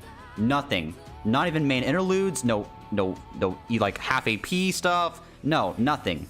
Instead, they left players hanging for a week and a half, doing absolutely nothing, twiddling their thumbs, and then they follow up by another week of nothing. That's not, you know, there's different. And I said, this is what I followed up with. That's not what it means. I understand things are different due to COVID, but at some point, you got to see that they aren't even trying to do stuff for players like half AP free quests and dailies. Instead, we get stuff that's honestly super boring. Also, have you not seen that we just got one of the shittiest banners in FGO? That is no excuse cause COVID. Face the facts. Also, the emergency lockdown is over in Japan. Why does the pandemic in America affect DW's Japan development in any way whatsoever? DW is trying to, and then here's the silly thing. Here's the fucking real Papega comments. DW is trying to make do with the situation. At least have empathy. They can't go back to work because of the events. They can go back to work. What are you talking about? Did you not read my post? Or are you dense? They can't work on events if the government is not allowing them to work. The pandemic is the reason why the event in August is delayed or canceled.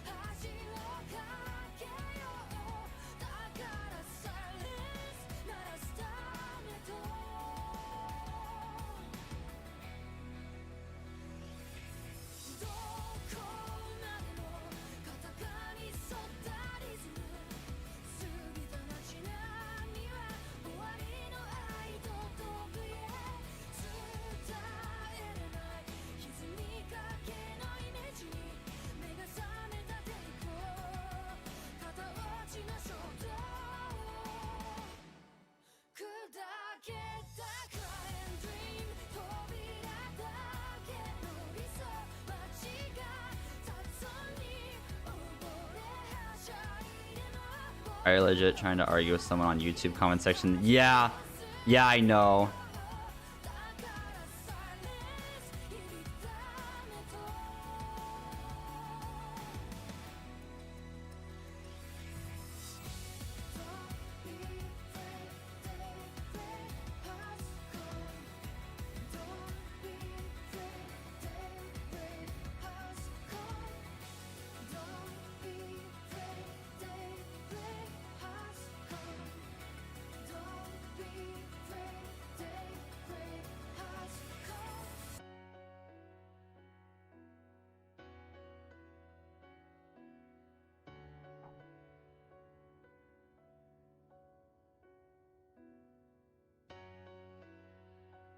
Like, okay, I didn't even bring up the news. Japan, look up the words Japan COVID-19 lockdown. Japan COVID-19 lockdown. End state of emergency, May 26th.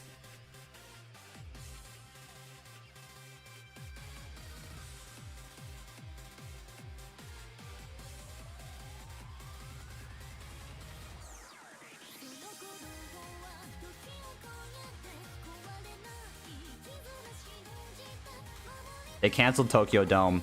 And I'm sure you can go back to work with social distancing. Essential workers that need to be on site can be on site. It's not a hard thing. A lot of these people can work remotely as well. Artists can work from there. Level designers, they can talk over. Like, I don't understand why this is so difficult. And there are other gacha games that are adapting to this quite well. That I'm sure are adapting to the new changes quite well. Just, how is DW, the game that's making the most amount of money, struggling so hard? Ask yourself that. Yo, what happened? People are trying to defend DW for this whole thing based and blame it on COVID, even though Japan has one of the lowest COVID rates in the entire world, and they ended lockdown like a month ago. Like, and people are trying to say, oh, but the situation is so horrible. And like, yeah, in America, not Japan. There are so many things you can do from home. Like, I have no idea why. Like the programming, like the design, you can even set up you can set up the architecture to do that. The fact that they didn't do that is the management's fault, and I have no sympathy. Like, these are actually fucking 0 IQ questions. These are actually 0 IQ questions from people on YouTube comments. This is why I have no faith in YouTube comments. Like, if you actually want to know, like, Donkey's video is 100% true. You will find the most retarded comments on the internet and YouTube comments. Dumbest things said on the internet. I'm not even bitching about a content creator at this point, because that's a whole can of worms, but this is silly.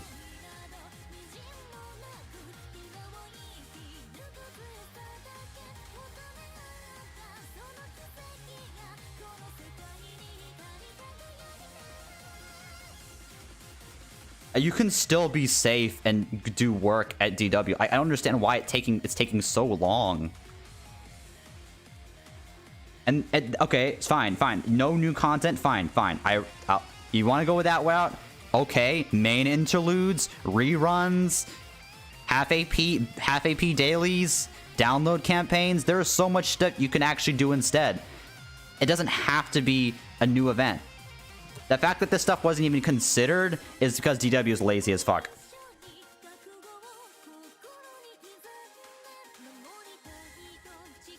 Instead of interlude campaign and hunting quest, we could have gotten like another event.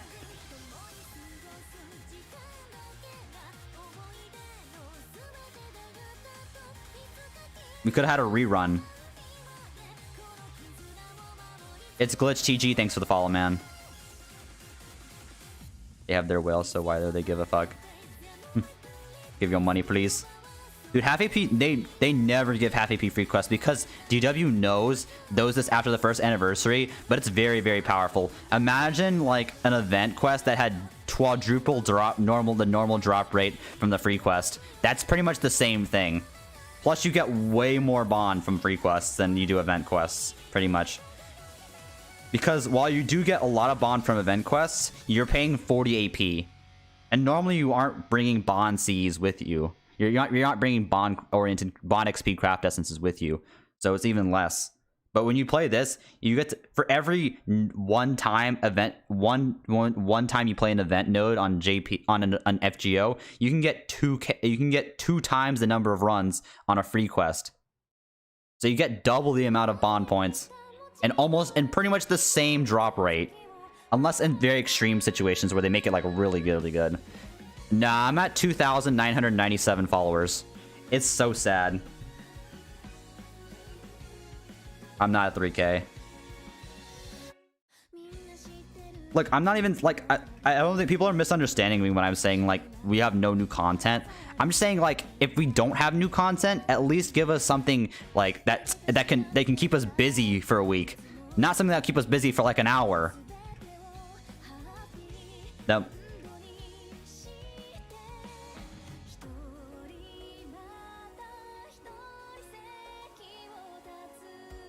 But yeah, like it's just been a mess.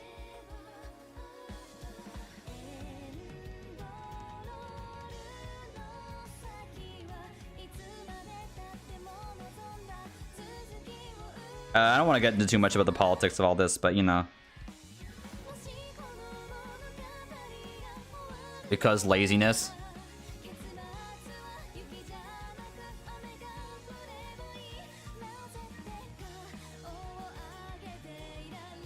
One reason is laziness.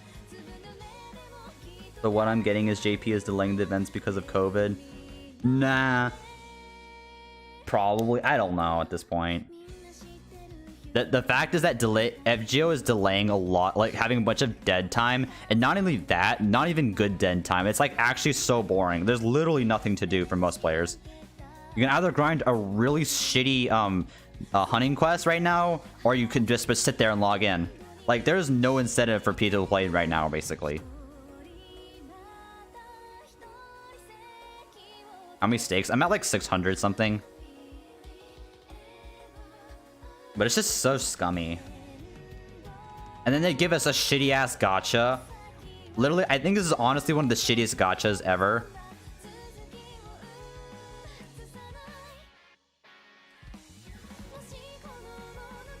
$618. I'm going for 800 stakes right now.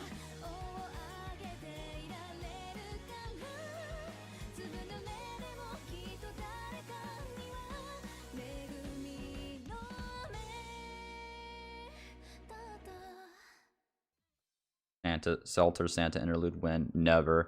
They released one main interlude and said this was going to be more of a regular thing, and then they fucking stopped. They never did it again. I think it's actually quite hilarious. They're like, hey guys, we're introducing this new feature called main interlude where we add old event servants, and here you go. This one's going to be free, and after that you'll have to pay rare prisms, and then proceeds to never bring in another main interlude for the next 5 months. Not even good Cs on Raid Up. Like, the best one is like the Knight of Marines and the Abbey C. And those Cs, there are free Cs that are better than those.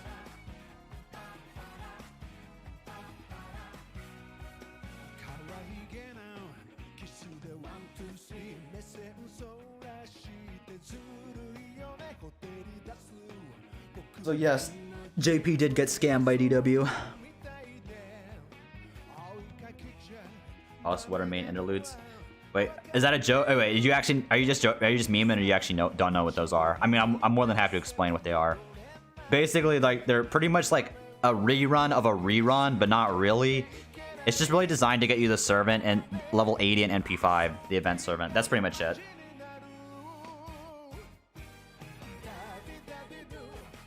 Oh yeah. Someone actually using Shahar. Yep. I'm doing it because I have to use her.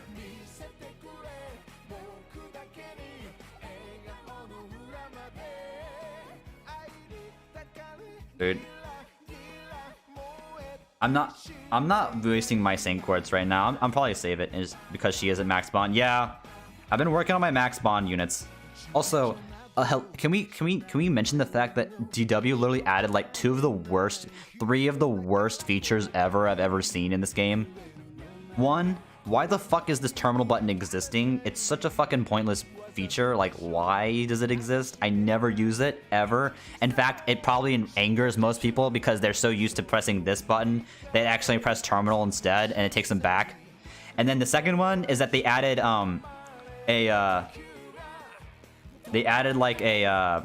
the stupid thing, let's go to the latest storage, and all it does is take you to the freaking cutscene in my room that nobody ever goes to. And then finally, they added a new filter.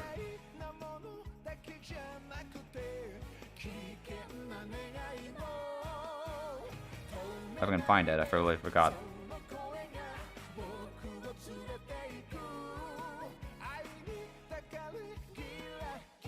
Oh yeah. They added a new filter called finished events, and you think that'd be the last event that finished. CE, so you can put those away in your storage. No, I mean every single event that has already finished. So you had Holy Night Sign, you'll have Holy Night Signs 6 months later in here.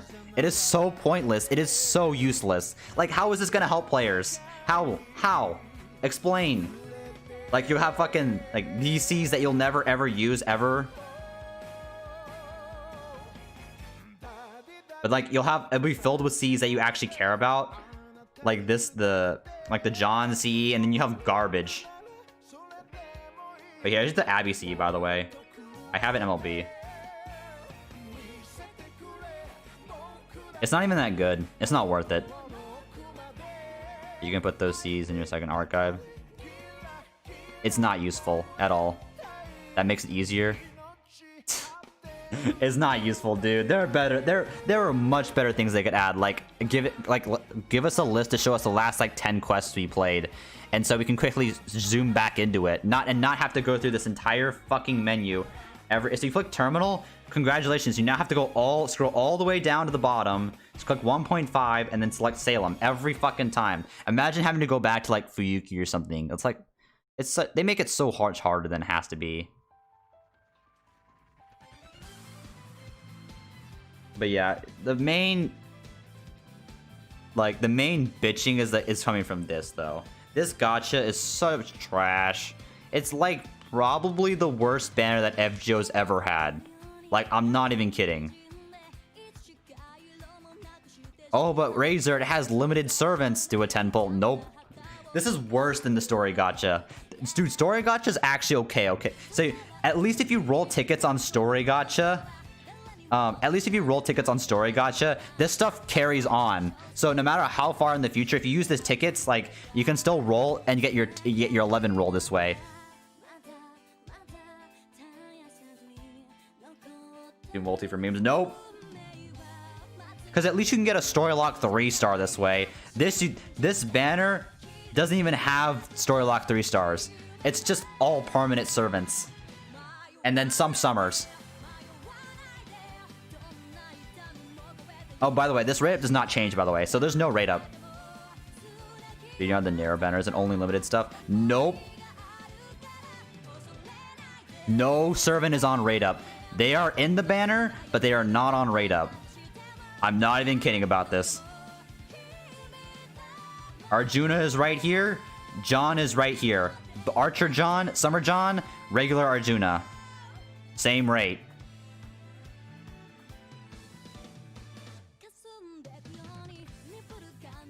None of the summer servants have an increased rate. They're all the same rate. So your chances of getting thick caster are the same chances of you getting summer narrow. This is why people got scammed. Most people who didn't read the fine print got scammed because they thought, oh, look, narrow. And they rolled and they got baited. Where's Artoria? Artoria is single target. It's only AoEs only. It's such a scumbag gacha, dude.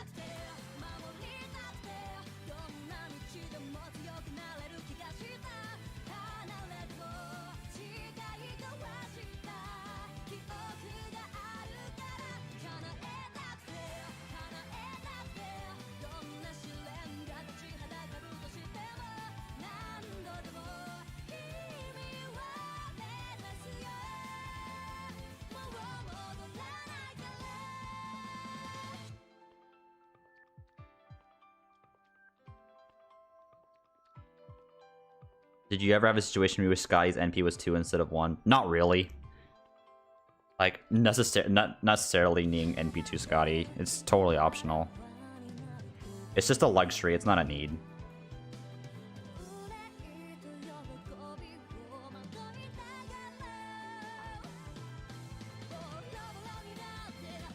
But just don't fall for it. If you guys are on JP, do not roll this gacha. It is such a bait. Only single target banner coming. Oh god, no. That's actually terrible.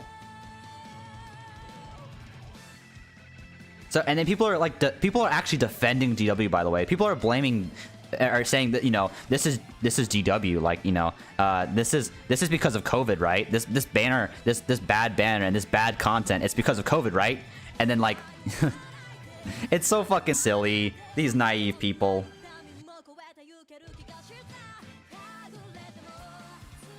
And people don't realize, like, literally after Summer 4, they stopped caring. Like, the content is just so slow on JP nowadays, like, I don't even get it anymore.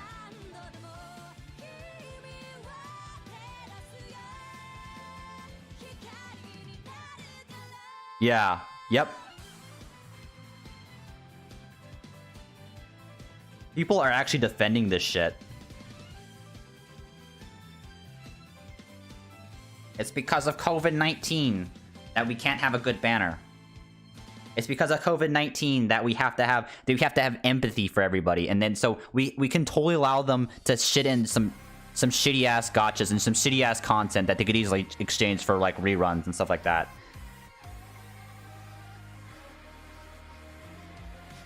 And other gacha games are still getting content regularly and not FGO. It's like, where is that coming from?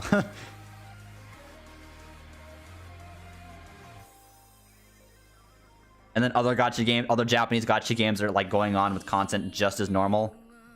Yeah, I'm like, is it really COVID-19? Is it really?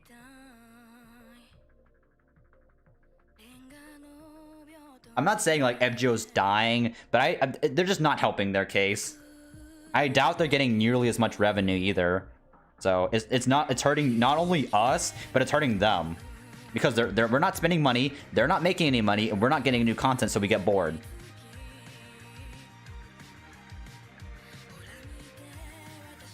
COVID obviously chooses who can make content and not. Like, there are so many things that they could do, like story-based events, like you know, like forgot the Kogetsucon or something like that. You know, come with a new mystery. Like, I don't understand why.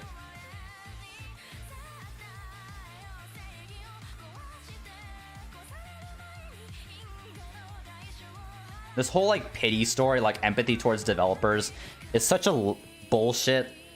Like, it makes me laugh at how naive people are. Even the Japanese people feel exactly the same way. The Japanese audience on Twitter is also pissed at this shit. Like, they know. And then we have some like actually retarded people like trying to claim that, you know, NA's problem, like NA's COVID-19 problem, has to affect JP's development for some reason. The causality, because NA is having a huge crisis right now. JP has the right to stop making content.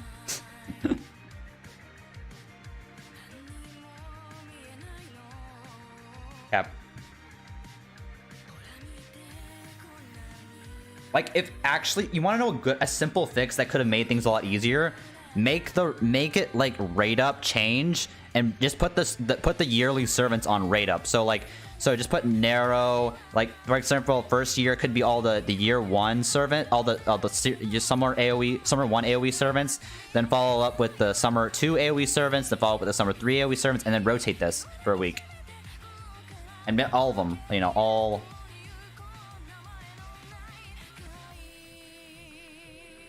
But they realize, you know, that's too good for these NA plebs. They're for these plebs. Fuck them. Right? CE gotcha. Suck it. Like, GW has been so stingy lately. Like, it's such cancer. They've been very, very stingy. I just want my Keo Lance to have another rate up so I can get MP5 finally and have your second MP4. That feels bad, man.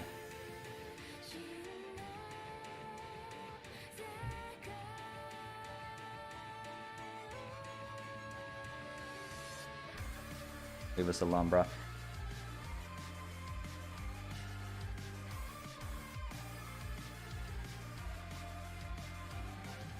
Like, I thought it, honestly, I looked at it and I saw summer servants. I'm like, wait, they're putting summer servants in a gacha, and then you read the fine print, like, oh.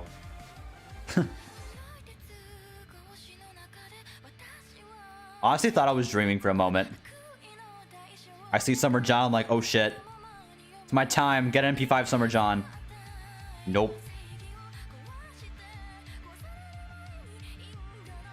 Oh, is that like a Canis emote? What the fuck is that?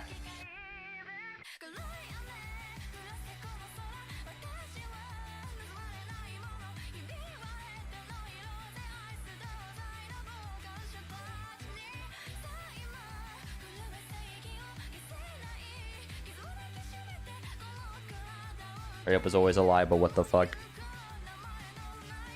Rate up is non-existent.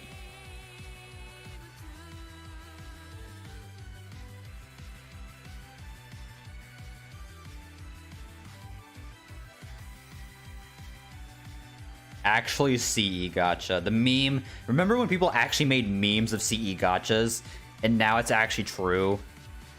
Well, there was the other one, like the Caldia Memories, but that was kind of like a special one.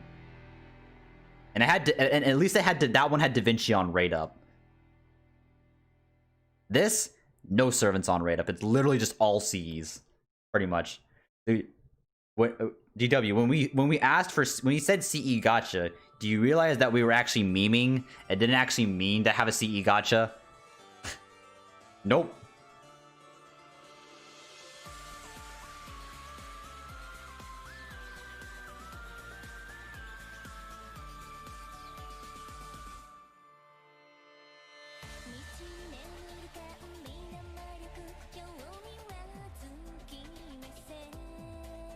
I'm not sure if that banner is gonna come to NA.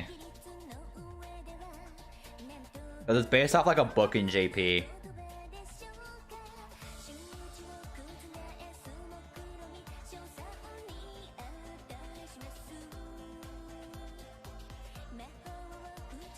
But yeah, pretty much all event Cs are pretty much garbage. Most event gacha Cs are garbage anyway.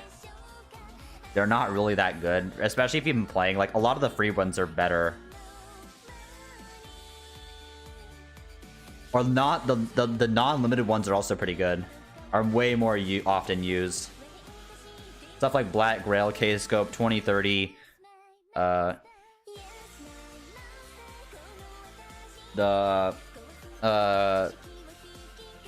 Ronnie the 8th one. That one's also really good. Origin Bullet's pretty damn good too.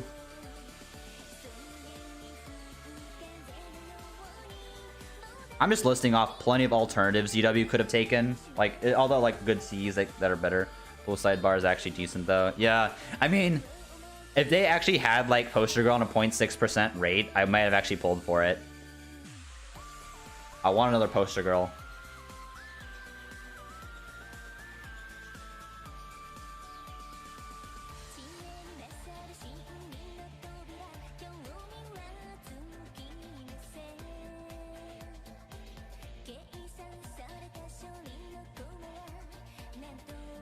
Is Poster Girl the Tansy? Yes, the 3-turn Tansy.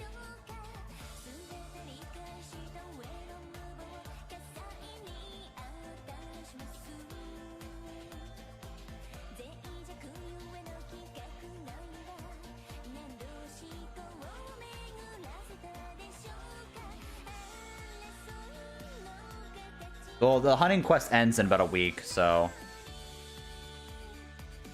hopefully we'll get something next week and not have to wait 2 weeks.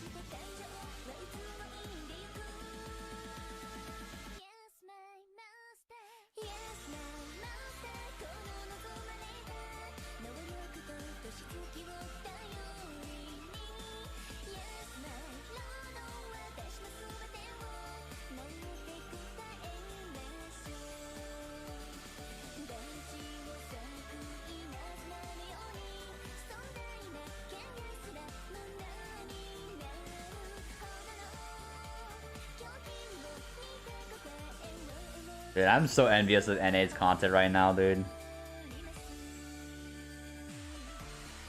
At least I can spend this time like reading. So, but this evening we're gonna be playing some. We're gonna be playing through some Lostbelt 3. I can summarize the prologue for you very, very quickly, and you guys pretty much missed nothing important. So, we're still pretty much at the beginning.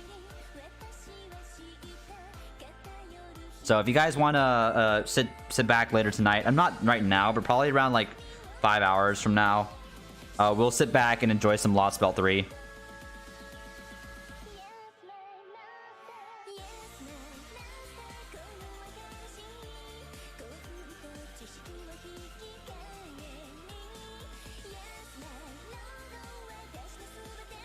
Pretty much like the cryptors all find out, you know, Kadok's pretty much failed and Kinako is dead. Not he died, Nako, but Ophelia is dead. Everything Konya Sky is like, if I would have helped her if she gave me her eyeball, and then Junako's like, good, I didn't want her eyeball in your filthy ass hands. Like, dude, things were getting tense.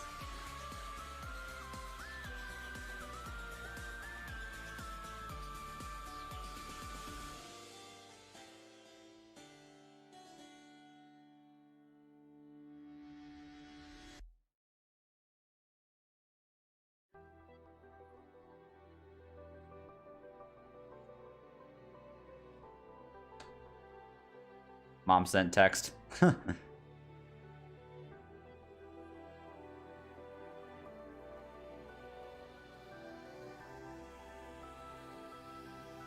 Serious light. Yeah.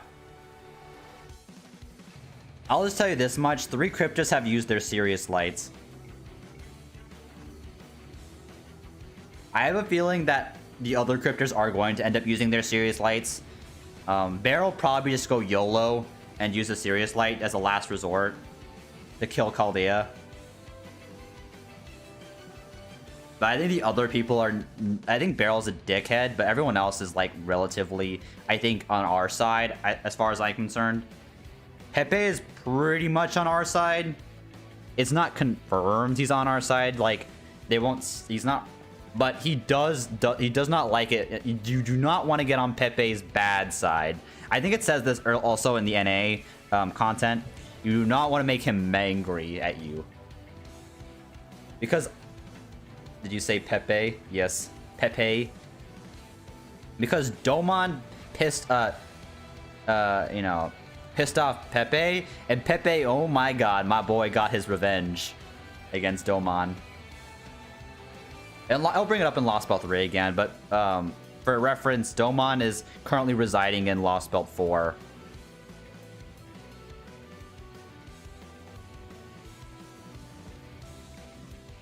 Who's Pepe?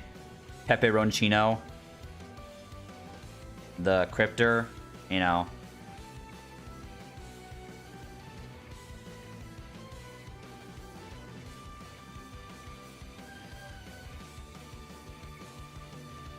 Domon's a prick, okay? Let's not beat around the bush there. He's an asshole. God damn it.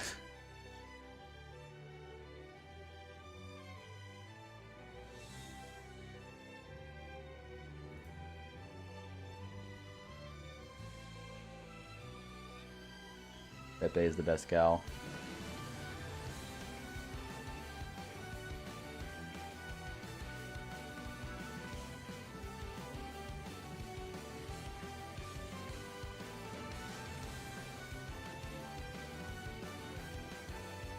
But yeah, at least I can say the name without like much spoilers, because we all know Ashidoma now from Shimosa. And yes, I kind of recommend people to generally play. You don't have to necessarily, but I would recommend people play Shimosa before they start Lostbelt, by the way. Because there are some like important characters that kind of reoccur, and they only show up in Shimosa first. So when they talk about like, you know, Domon, they're like, who the fuck is that guy? Or who the fuck is Caster Limbo? Why does everyone act like they know him? It's because they do.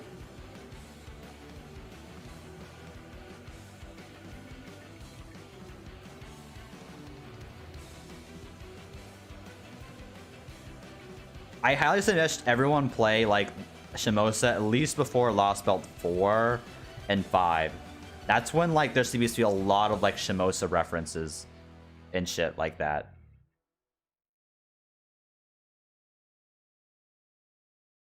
Otherwise things kind of won't make sense.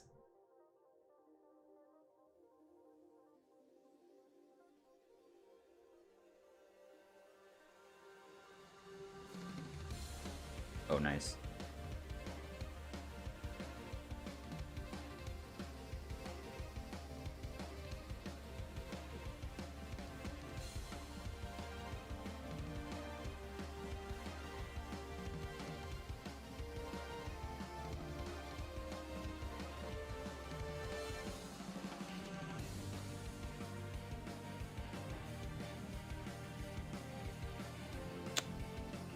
Ooh. 625. But I'm probably gonna call it here for right now. I've been streaming for like 4 hours, so I'm gonna host it off to Task Pool, and I'll be back on later tonight. We'll be going through some more Lostbelt reading and some NA, so I will see you guys then. Anyway, for now, I'll peace out. I'll see you guys next time. See ya. I'm coming back later tonight, guys. Oh, what the fuck? But I'll be coming back later tonight, so we came at the end of your stream. Lol. All right, I'll see you guys.